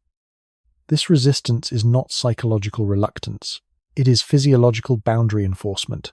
The system has learned through accumulation that exceeding certain thresholds produces damage it can no longer repair efficiently. Repair efficiency declines because repair itself was never meant to be endless. Every repair cycle alters structure slightly. Perfect restoration is rare. Over time, repaired structures diverge further from their original form. Function returns, but fidelity does not. The body becomes a patchwork of solutions rather than a single coherent design. Patchwork systems are functional, but fragile under change. Fragility under change explains why even positive changes can destabilize later bodies. New routines, new environments, new stresses may offer benefits, but they also demand adaptation. Adaptation costs energy and margin. When margin is scarce, adaptation becomes risky. The body weighs potential benefit against potential destabilization, and often chooses the latter to avoid collapse. Collapse is the one outcome the system consistently avoids. This avoidance clarifies many late-stage patterns that appear contradictory. The body may tolerate ongoing discomfort rather than risk a major intervention. It may accept reduced function rather than attempt aggressive recovery. These choices are not irrational. They reflect a system prioritizing continuity over optimization. Optimization belongs to systems with surplus. When surplus disappears, optimization gives way to preservation. Preservation is conservative. It favors what is known. It avoids what is uncertain. It reduces exposure. These behaviors are often interpreted as decline in courage or adaptability, but they are better understood as cost-aware decision-making encoded into physiology. Physiology, at this point, drives behavior more strongly than intention. Intention still exists, but it must negotiate with structure. When structure cannot support intention, intention is overridden. This override is experienced as fatigue, pain, or inability. These sensations are not failures of will, they are enforcement mechanisms. Enforcement ensures that the system does not exceed its safe operating limits. Safe operating limits shrink because cumulative wear cannot be undone. The body does not regenerate fully, it compensates. Compensation requires trade-offs. Trade-offs accumulate. Eventually, there is nothing left to trade without threatening core function. Core function remains protected longest. Breathing, circulation, basic cognition.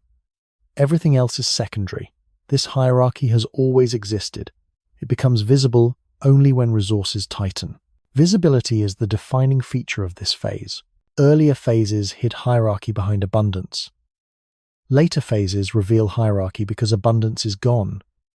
The body becomes explicit about what matters. It enforces priorities without negotiation. What feels like rigidity is clarity. Clarity can feel harsh because it contradicts expectation. Expectation assumes that effort should yield proportional reward. Biology does not operate proportionally. It operates within thresholds. Once thresholds are crossed, effort no longer scales outcome. This non-linearity explains why people feel confused by decline. They do the same things and receive different results. The explanation is not mysterious.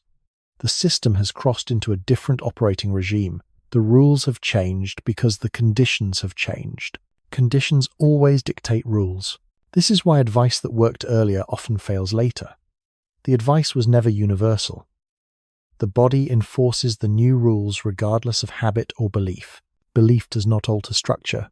Structure dictates what is possible, what is costly, and what is forbidden. When structure changes, possibility changes with it. The body does not negotiate with nostalgia.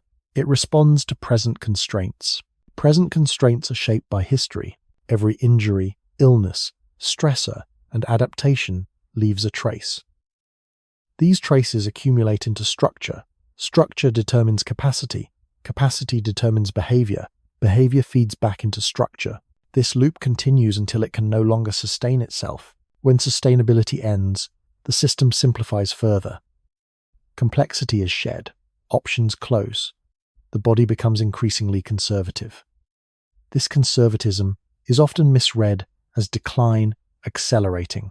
In reality, it is decline stabilizing around a narrower equilibrium. Equilibrium is not comfort. It is balance under constraint. Once equilibrium is reached, change slows again. The body resists further loss by resisting change itself. This resistance can create long plateaus where function remains relatively stable at a lower level. These plateaus are often mistaken for recovery. They are not recovery. They are stabilization. Stabilization is the final success of a finite system. The body does not aim to reverse decline. It aims to prevent collapse. As long as collapse is avoided, the system considers itself successful. Pain, limitation, and restriction are acceptable costs. Acceptable to biology, not to expectation. This difference between biological success and experiential satisfaction lies at the heart of the discomfort surrounding aging and breakdown. People judge the body by experience. The body judges itself by survival. These judgments diverge as time extends. The body remains loyal to its criteria. Once this loyalty is recognized, the central question can finally be answered without tension. The human body breaks down easily because it never agreed to the standards it is now measured against. It was designed to function, adapt, and persist within a limited window. When that window is extended, breakdown is not an error. It is disclosure. Disclosure of limits. Disclosure of trade-offs. Disclosure of the true cost of time. Time reveals what design conceals early on, and once revealed, those limits do not demand correction. They demand recognition. Recognition aligns expectation with structure. Alignment reduces internal conflict. Conflict drains energy. Reduced conflict preserves what remains. Preservation, at the end, is the only remaining task. The body carries it out with consistency, restraint, and honesty. Even when that honesty feels uncomfortable to those who expected something different. That is not weakness. That is fidelity to design. That fidelity to design becomes most apparent when nothing dramatic is happening. There is no crisis, no illness, no single moment of failure. The body simply continues, day after day, within a narrower range. This ordinariness is often mistaken for stagnation, but it is actually the body's preferred state under constraint. Escalation requires reserve. Reserve has been spent. When reserve is gone, the body avoids extremes. Extremes create demand spikes. Demand spikes threaten coherence. Coherence is now the most valuable asset. Without coherence, systems fall out of sync and recovery becomes impossible. The body protects coherence by flattening peaks and filling valleys. Experience becomes more even, but also less intense. Intensity is costly. This is why later bodily experience often feels muted. Pleasure is quieter. Discomfort is duller but persistent. Sensations lose sharp edges. This is not emotional failure. It is physiological smoothing. The nervous system reduces contrast to prevent overload. High contrast requires fast recovery. Fast recovery is no longer guaranteed. Guarantees disappear as time accumulates. Earlier in life, the body behaves as if recovery is guaranteed. Later, it behaves as if recovery is conditional. Conditional recovery changes everything. Every action is evaluated not just by immediate effect, but by delayed cost. The body becomes forward-looking in a different way. It does not plan for growth. It plans for avoidance of irreversible damage. Irreversibility is the final constraint. Once certain thresholds are crossed, return is impossible. The body learns this through structure, not awareness. Structures that fail do not fully regenerate. Systems that lose redundancy do not regain it. The body responds by preventing further irreversible losses wherever possible. This prevention looks like caution. It looks like hesitation. It looks like refusal. In reality, it is precision. The body has learned which paths lead to dead ends. It simply stops taking them. Stopping is adaptive. Adaptation does not always add. Sometimes it subtracts. Removing risky options improves overall survival odds. The body narrows its behavioral repertoire to what has proven safe. This narrowing feels restrictive because it is, but restriction preserves continuity. Continuity again overrides all other values. This is why late-stage bodily function often feels repetitive. The same movements, the same routines, the same rhythms. Repetition reduces uncertainty. Uncertainty increases cost. Cost threatens survival. The logic is consistent and relentless. Relentless does not mean aggressive. It means persistent. Persistence is quiet. It does not announce itself. It does not demand attention. It simply continues. This quiet persistence is what many people experience as the background hum of later life. Nothing is wrong enough to fix. Nothing is right enough to expand. The system holds steady within its limits. Holding steady is the final form of strength. Strength earlier meant capacity. Strength now means restraint, the ability to not exceed what can be recovered from. This restraint is often misinterpreted as weakness because modern culture associates strength with output. Biology associates strength with survival. Survival prefers restraint. This preference explains why the body sometimes rejects solutions that appear rational from the outside. Aggressive training, drastic interventions, constant optimization. These approaches assume a system that can absorb shocks. The body knows it can no longer do so safely. It rejects the premise, not the intention. Rejection is protective feedback. Feedback becomes increasingly binary. Earlier feedback was graded. Small signals nudged behavior. Later feedback is firmer. Pain replaces discomfort. Fatigue replaces tiredness. Limits become non-negotiable. The body enforces boundaries because negotiation has failed too many times. This enforcement can feel abrupt, but it is built on a long history of ignored signals. The body escalates feedback only when softer signals no longer produce change. Escalation is a last resort, not a first response. Again, no malice is involved, only accounting. Accounting tallies cost over time. It does not forget. It does not forgive. It integrates every action into structure. Structure then dictates future possibility. This feedback loop tightens as margin shrinks. The future becomes more constrained by the past. This constraint is what people feel as being stuck in their bodies. They are not stuck. They are aligned with accumulated history. The body is carrying everything it has been through. It cannot discard that history. It can only work with it. Working with history means accepting asymmetry. Some systems fail earlier. Others persist longer. There is no fairness in distribution, only consistency of rule. Use shapes where. Stress shapes response. Repair shapes resilience. Everything leaves a mark. Marks accumulate into identity.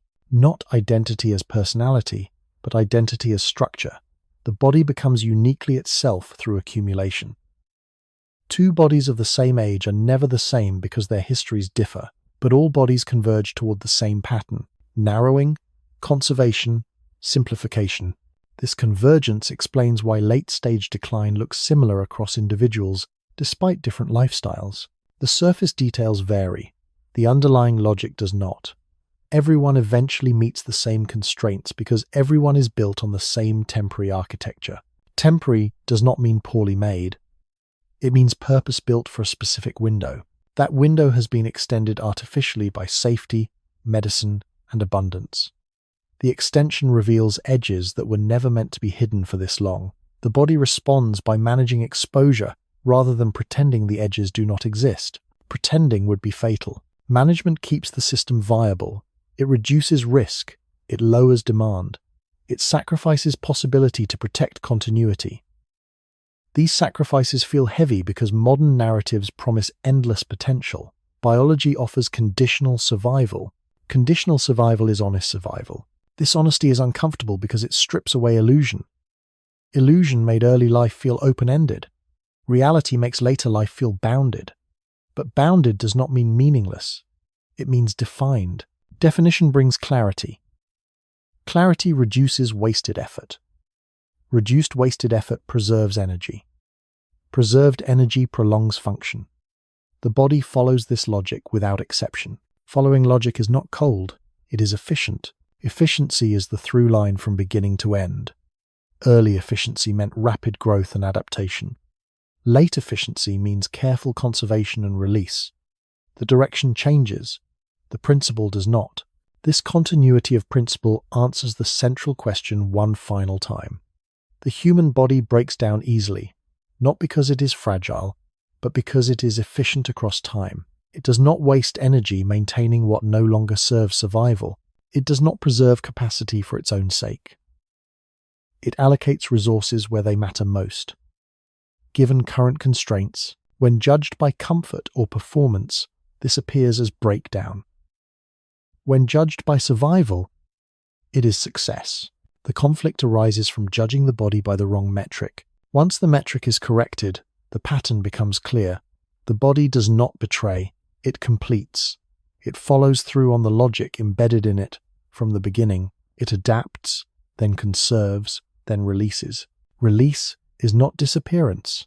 It is reduction to essentials. Essentials are enough, and that is why the body continues as long as it does, even as it lets go of so much along the way. As the body settles deeper into this phase, time itself begins to feel different, not faster or slower in a dramatic sense, but flatter. Days resemble one another. Sensations repeat. The edges of experience soften. This flattening is not boredom imposed from outside. It is the body reducing contrast to conserve energy. High contrast demands high responsiveness. Low contrast allows steadiness. Steadiness is now more valuable than stimulation. Stimulation requires rapid adjustment. Adjustment requires margin. When margin is thin, stimulation becomes costly. The body responds by dampening novelty and amplifying familiarity. Familiar patterns are predictable. Predictability lowers error. Lower error protects coherence. The chain is simple and unavoidable. This is why environments that once felt neutral can later feel overwhelming. Noise, crowds, constant input. None of these are new. What is new is the body's reduced capacity to buffer them. The buffer was always temporary. It has simply been used. Used buffers are not replenished. They are replaced with boundaries. Boundaries feel restrictive because they are. but boundaries prevent collapse. Without them, the system would attempt to operate as it once did and fail catastrophically. The body chooses smaller failures early to avoid terminal ones later. This choice underlies many late-stage adaptations: reduced range of motion, reduced tolerance for disruption, reduced appetite for risk. These are not signs of fear, they are signs of calculation. The system is calculating cost with greater accuracy because cost can no longer be absorbed. Accuracy replaces optimism.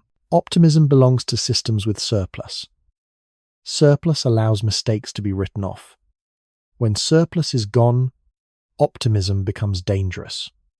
The body responds by becoming conservative. Conservatism is not negativity, it is survival mathematics. This mathematics explains why the body often resists acceleration, even when acceleration seems beneficial. Faster is not better if recovery cannot keep pace. Stronger is not better if joints cannot tolerate load. More is not better if maintenance exceeds capacity. The body evaluates outcomes by sustainability, not by peak. Peak performance is irrelevant to survival. This irrelevance is difficult to accept because peak performance defined earlier identity. When the body stops valuing peaks, the mind feels displaced. Goals that once felt natural now feel expensive. Ambitions feel heavier. The body is not undermining purpose, it is redefining it. Redefined purpose centers on continuity. Continuity requires alignment between demand and capacity. When demand exceeds capacity, the system intervenes. Intervention appears as resistance. Resistance is often misread as failure. It is not. It is enforcement of equilibrium. Equilibrium at this stage is narrow but stable. The body prefers stable limitation over unstable potential. This preference is consistent across biological systems. Stability extends life. Potential consumes it. Consumption accelerates depletion. Depletion is the silent driver of breakdown. Not dramatic loss, but steady expenditure without full replacement. Every day, the body spends slightly more than it earns. The deficit is small, almost invisible. Over years, it becomes decisive. This slow deficit explains why decline feels disconnected from cause. There is no single error to point to. The cause is accumulation. Accumulation has no villain. It is simply arithmetic. Arithmetic does not negotiate. The body's arithmetic is relentless because it must be. Negotiation would allow overspending. Overspending would threaten coherence. Coherence is non-negotiable. When coherence is threatened, the body simplifies further. It reduces complexity in movement, in response, in engagement. Complexity costs energy to coordinate.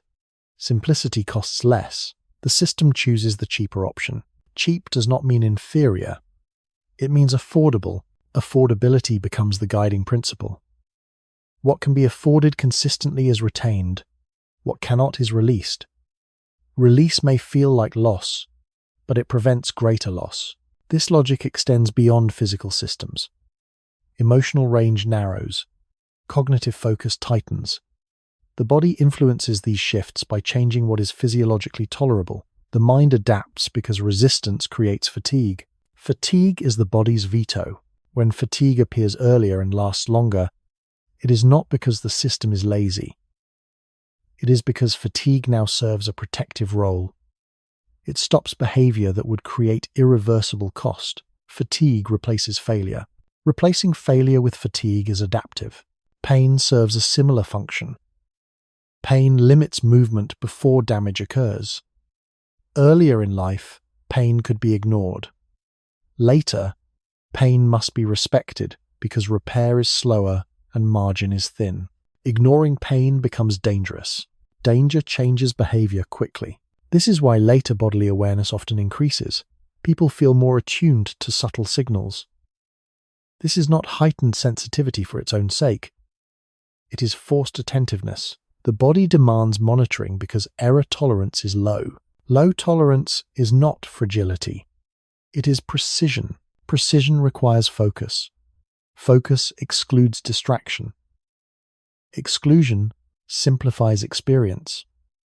Simplified experience feels narrower.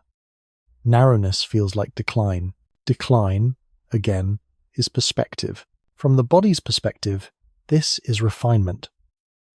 It is removing what cannot be supported. It is optimizing within constraints.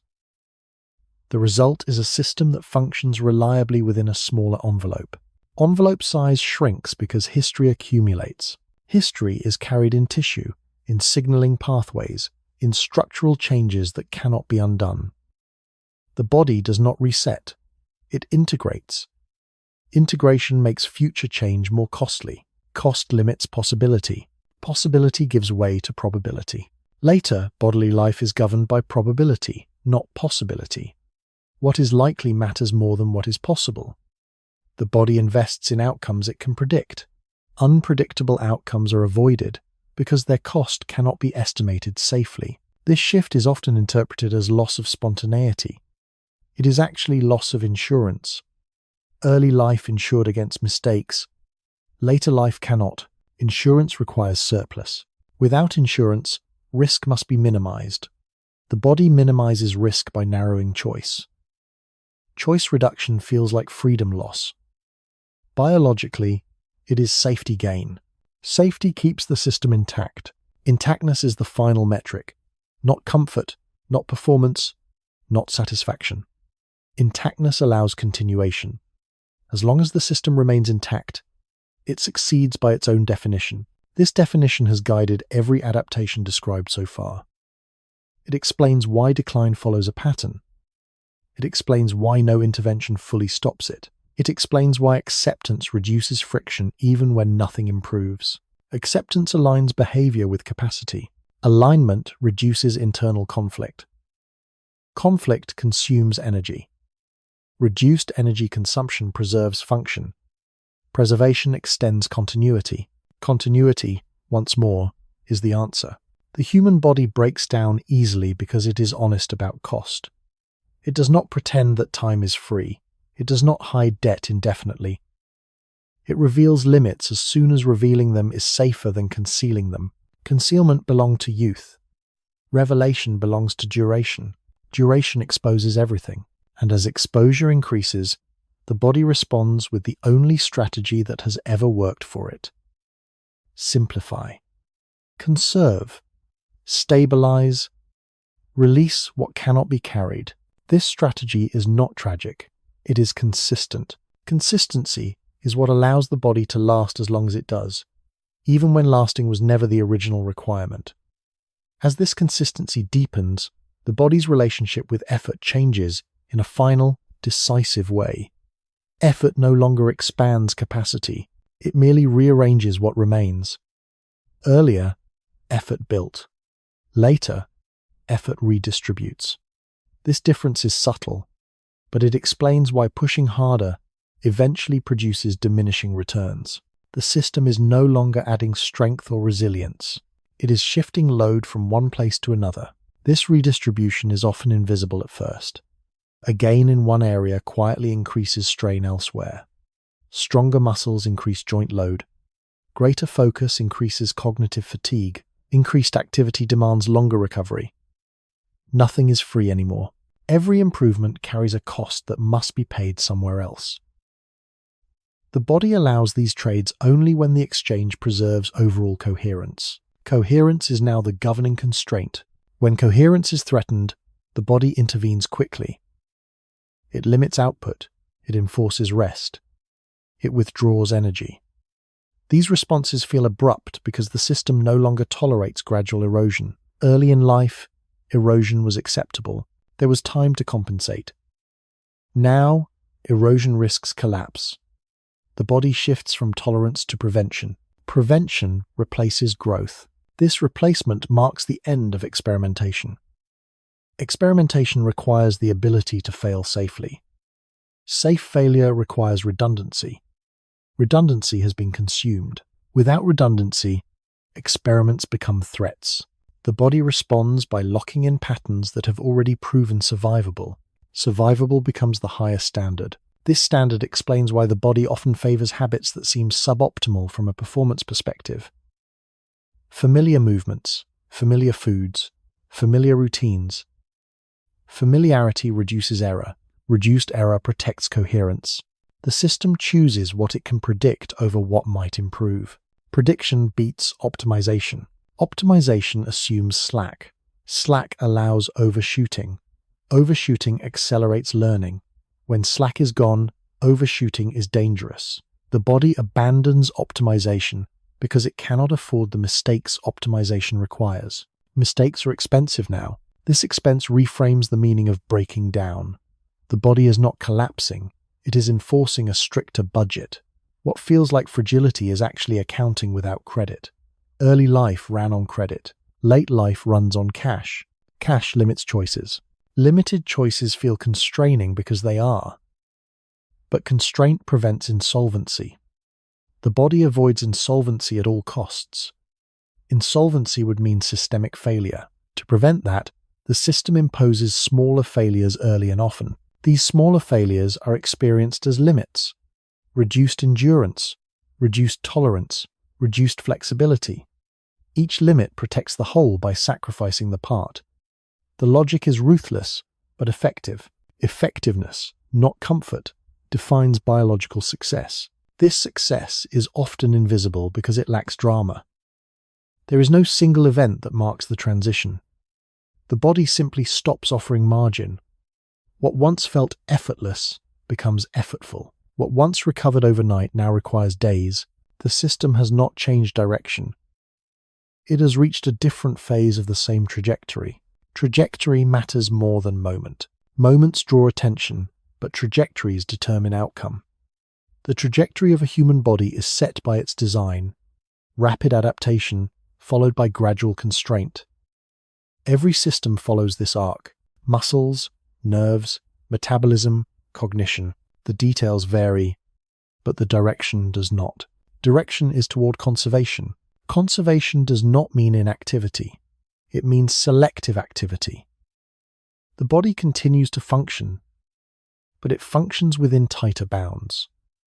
It chooses reliability over range. It trades possibility for predictability. These trades feel like loss because earlier life equated possibility with vitality. Vitality changes meaning over time. Early vitality is expansion. Late vitality is stability. Both are forms of life. Only the first matches modern ideals. The second feels foreign because it contradicts cultural narratives of endless growth. Culture promises growth. Biology promises sufficiency. Sufficiency is not inspiring, but it is honest. It acknowledges limits without apology. The body operates on sufficiency because sufficiency keeps it alive. Everything beyond that is optional. Optional functions are the first to go. This is why decline often targets what once felt central: speed, strength, endurance, tolerance. These traits are expensive. They require surplus energy, intact repair systems, and wide margins. When surplus disappears, these traits become liabilities rather than assets. Liabilities are shed. Shedding is not random. It follows priority. Systems essential for basic survival persist longest. Systems associated with performance fade earlier. This ordering is consistent across individuals because it reflects universal biological priorities. Priority reveals design. Design reveals intent. The intent was never permanence. It was effectiveness within uncertainty. The body excels at that task. It adapts rapidly. It responds decisively. It conserves when needed. It releases when necessary.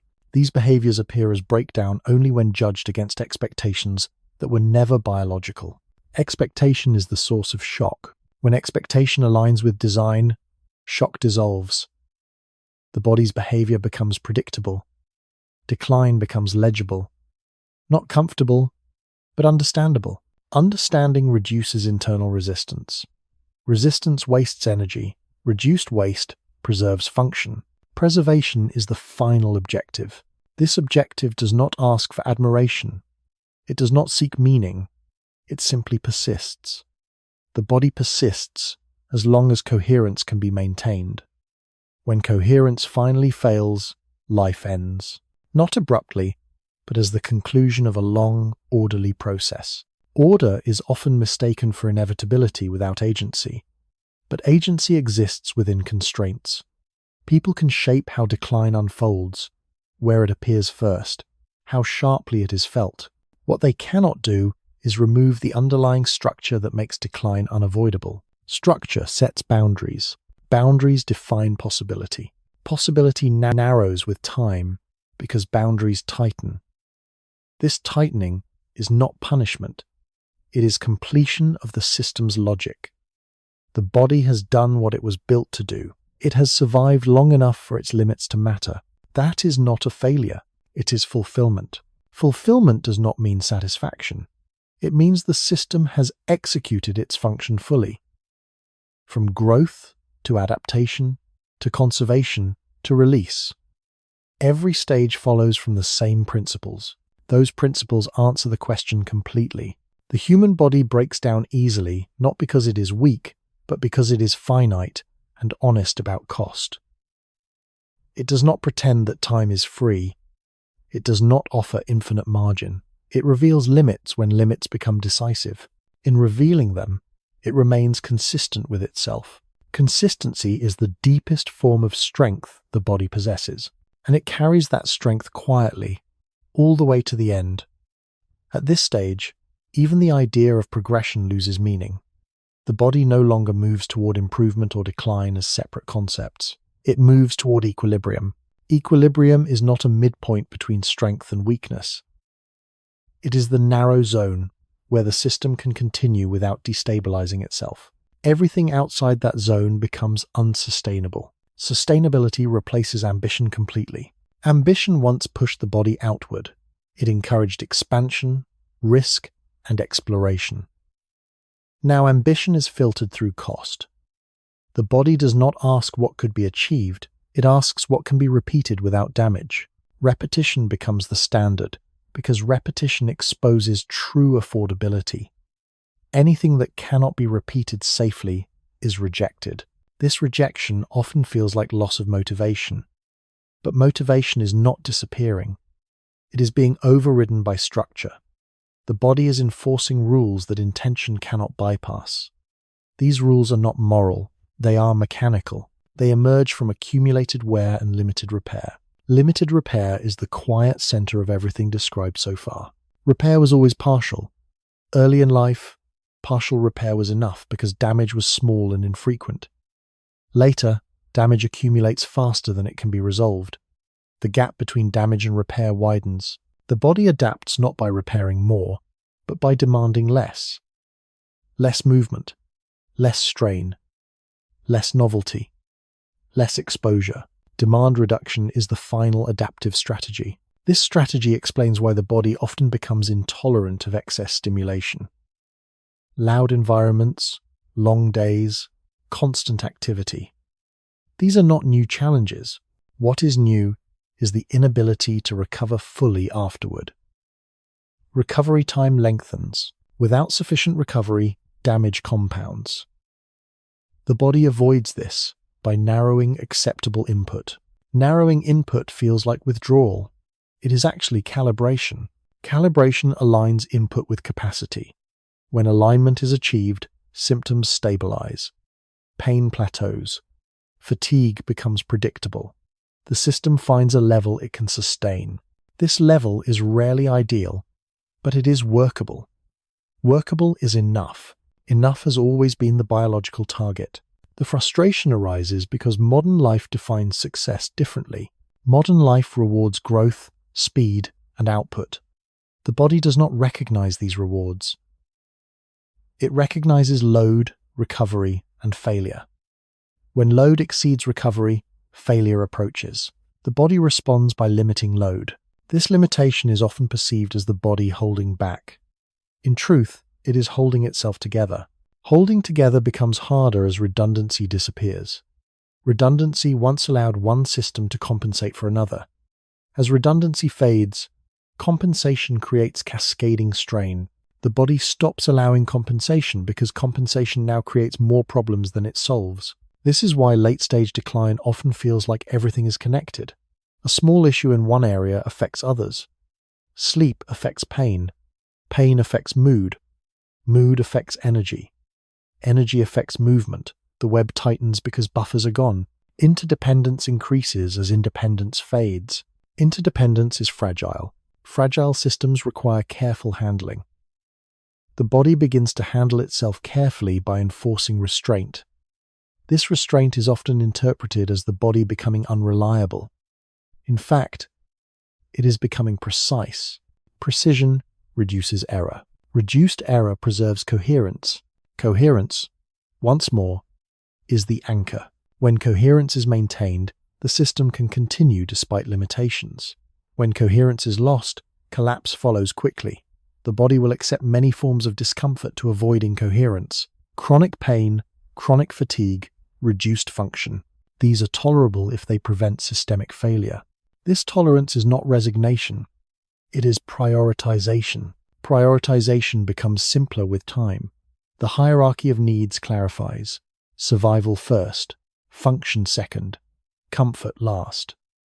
Earlier life reversed this order because comfort was affordable. Later, life restores the original hierarchy. Restoration of hierarchy feels regressive because it contradicts expectations built during abundance. But hierarchy was always there. It was simply hidden by surplus. Surplus masked cost. Cost now reveals everything. Each action is priced accurately. The body stops subsidizing mistakes. When mistakes are no longer subsidized, behavior changes quickly. People become cautious not because they are fearful, but because fear has been replaced by knowledge encoded in sensation. Sensation becomes instruction. Pain instructs. Fatigue instructs. Limitation instructs. These signals are not meant to be eliminated entirely. They are meant to guide behavior within safe bounds. When ignored, the body escalates them. Escalation is enforcement, not punishment. This enforcement often creates a sense of finality. People feel that certain doors are closing permanently. This feeling is accurate. Some doors do close permanently because reopening them would exceed repair capacity. The body closes them deliberately to prevent irreversible damage. Deliberate closure is protective. Protection, at this stage, outweighs exploration completely. The body no longer explores because exploration risks damage that cannot be undone. It chooses known terrain. Known terrain costs less energy and carries fewer surprises. Surprises are expensive. This cost sensitivity extends into every aspect of experience. Emotional volatility decreases. Cognitive risk-taking declines. Physical experimentation fades. The body shapes the mind by shaping what feels tolerable. The mind adapts because fighting the body is exhausting. Exhaustion becomes the ultimate deterrent. When exhaustion arrives quickly, behavior changes. When recovery is slow, choices narrow. The body enforces alignment through consequence. This alignment stabilizes the system, even as it limits it. Limitation is the price of stability. Stability, however, allows continuity. Continuity allows presence. Presence does not require expansion. It requires coherence. The body supports presence by reducing what interferes with it. This reduction is not emptying. It is focusing. Focus becomes sharper because distractions are costly. The body does not have energy to spare on what does not contribute to stability. It filters aggressively. What remains feels quieter, simpler, more contained. Containment is the final operating mode. Contained systems do not seek growth. They seek persistence. Persistence does not look impressive. It looks repetitive. It looks limited. It looks slow. But it works. Working is enough. This understanding dissolves the final illusion about breakdown. The body is not deteriorating randomly. It is executing a long-planned transition from expansion to conservation. Every restriction, every narrowing, every enforced rest is part of that transition. Transition is gradual, not sudden. Sudden collapse happens only when transition is resisted too long. When signals are ignored, costs compound until coherence fails. The body prefers slow transition because it preserves function longer. Preservation, not perfection, is the goal, and that goal has guided the body from the beginning. It guided growth when growth was affordable. It guides restraint now that growth is expensive. The logic never changed. Only the conditions did. When those conditions are understood, the question of how much remains loses urgency. What matters is that the system continues to operate within its limits. Within those limits, life persists quietly, steadily, without drama. This quiet persistence is not weakness. It is the final expression of a design that was never meant to resist time, only to move through it efficiently. And it does exactly that, until it cannot anymore. As the system approaches its final balance, even the word ending becomes misleading. Nothing stops all at once. Nothing announces completion. The body does not collapse into silence. It continues doing what it has always done. Regulating, conserving, simplifying. The difference is that there is very little left to negotiate. Negotiation defined earlier life. The body negotiated with effort, with environment, with intention. It could bend rules because it had margin. At the end of this arc, negotiation ends. Rules harden. Thresholds become absolute. What can be done is done. What cannot be done no longer pretends to be possible. This firmness is often mistaken for failure. In reality, it is clarity. Clarity arrives when illusion can no longer be supported. The illusion was not that the body was infinite, but that limits were flexible. Early life teaches flexibility. Later life teaches finality. Both lessons come from the same structure, operating under different conditions. Finality is not collapse, it is resolution. Resolution means the system has reduced itself to what it can reliably maintain. Nothing extra, nothing wasteful, nothing aspirational. Only what continues to function within cost. This resolution feels stark because it contrasts so sharply with earlier abundance. But it is also stable. Stability is rare and valuable at this stage. The body values stability above all else now. Stability does not mean comfort. It means coherence. It means systems remain synchronized enough to continue.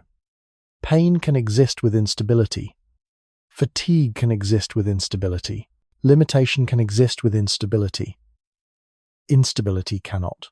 This is why the body tolerates chronic discomfort, but resists sudden change. Chronic discomfort is predictable. Sudden change threatens coherence. The body chooses the known cost over the unknown risk. Risk tolerance has vanished. Risk tolerance belonged to a time when recovery was reliable. Now recovery is conditional. Conditional recovery forces conservative strategy. Conservative strategy feels like withdrawal, but it is engagement with reality rather than fantasy. Fantasy promised endless improvement. Reality offers continuity. Continuity is quiet. It does not reward attention. It does not inspire stories of triumph. It simply persists. This persistence is the body's final achievement. It lasts longer than it was ever required to. It reveals its limits honestly. It does not pretend. Pretending would cost too much. When the body finally releases what it can no longer sustain, it does so without drama. There is no rebellion, no resistance, only gradual narrowing until even narrowing is complete. At that point, nothing more can be conserved. This moment is not experienced as a single event. It is experienced as increasing stillness. Stillness in movement, stillness in response, stillness in demand. The system settles into the smallest footprint that still qualifies as life. Life, at this scale, is minimal but real. Minimal does not mean meaningless. Meaning is not a biological variable. The body does not calculate meaning. It calculates viability. As long as viability exists, the system continues. When viability ends, it stops. This stopping is not sudden. It is prepared for across years of simplification. Every earlier restriction was a rehearsal. Every narrowed option was practice. The body trained itself to function with less so that the final transition would not be violent. Violence would waste energy. Efficiency remains until the very end. This efficiency answers the central question fully and finally. The human body breaks down easily because it never tried to be anything other than efficient. Efficient use of energy, efficient adaptation to stress, efficient release of what cannot be maintained. Efficiency is incompatible with permanence. Permanence would require infinite repair, infinite margin, infinite redundancy. None of those existed in the environment that shaped the body. The body was shaped for survival, not for eternity. It fulfilled that role extraordinarily well. Modern life extended time without extending design. The body responded by adapting until adaptation was no longer economical. Then it conserved. Then it released. At no point did it malfunction. At no point did it betray its purpose. It simply followed it to completion. The discomfort humans feel toward breakdown comes from measuring the body against expectations it never agreed to. Expectations of endless capacity. Expectations of controllable decline. Expectations that biology would bend to narrative. Biology does not bend to narrative. It follows structure. Structure dictated everything described here, from early resilience to late constraint, from growth to conservation, from possibility to sufficiency. Once perception aligns with structure, the question of why loses urgency. The answer becomes obvious. The body breaks down easily because it was never designed to hide its limits forever. It was designed to reveal them when hiding them became too costly. Revelation is not cruelty. It is honesty. Honesty allows alignment. Alignment reduces friction.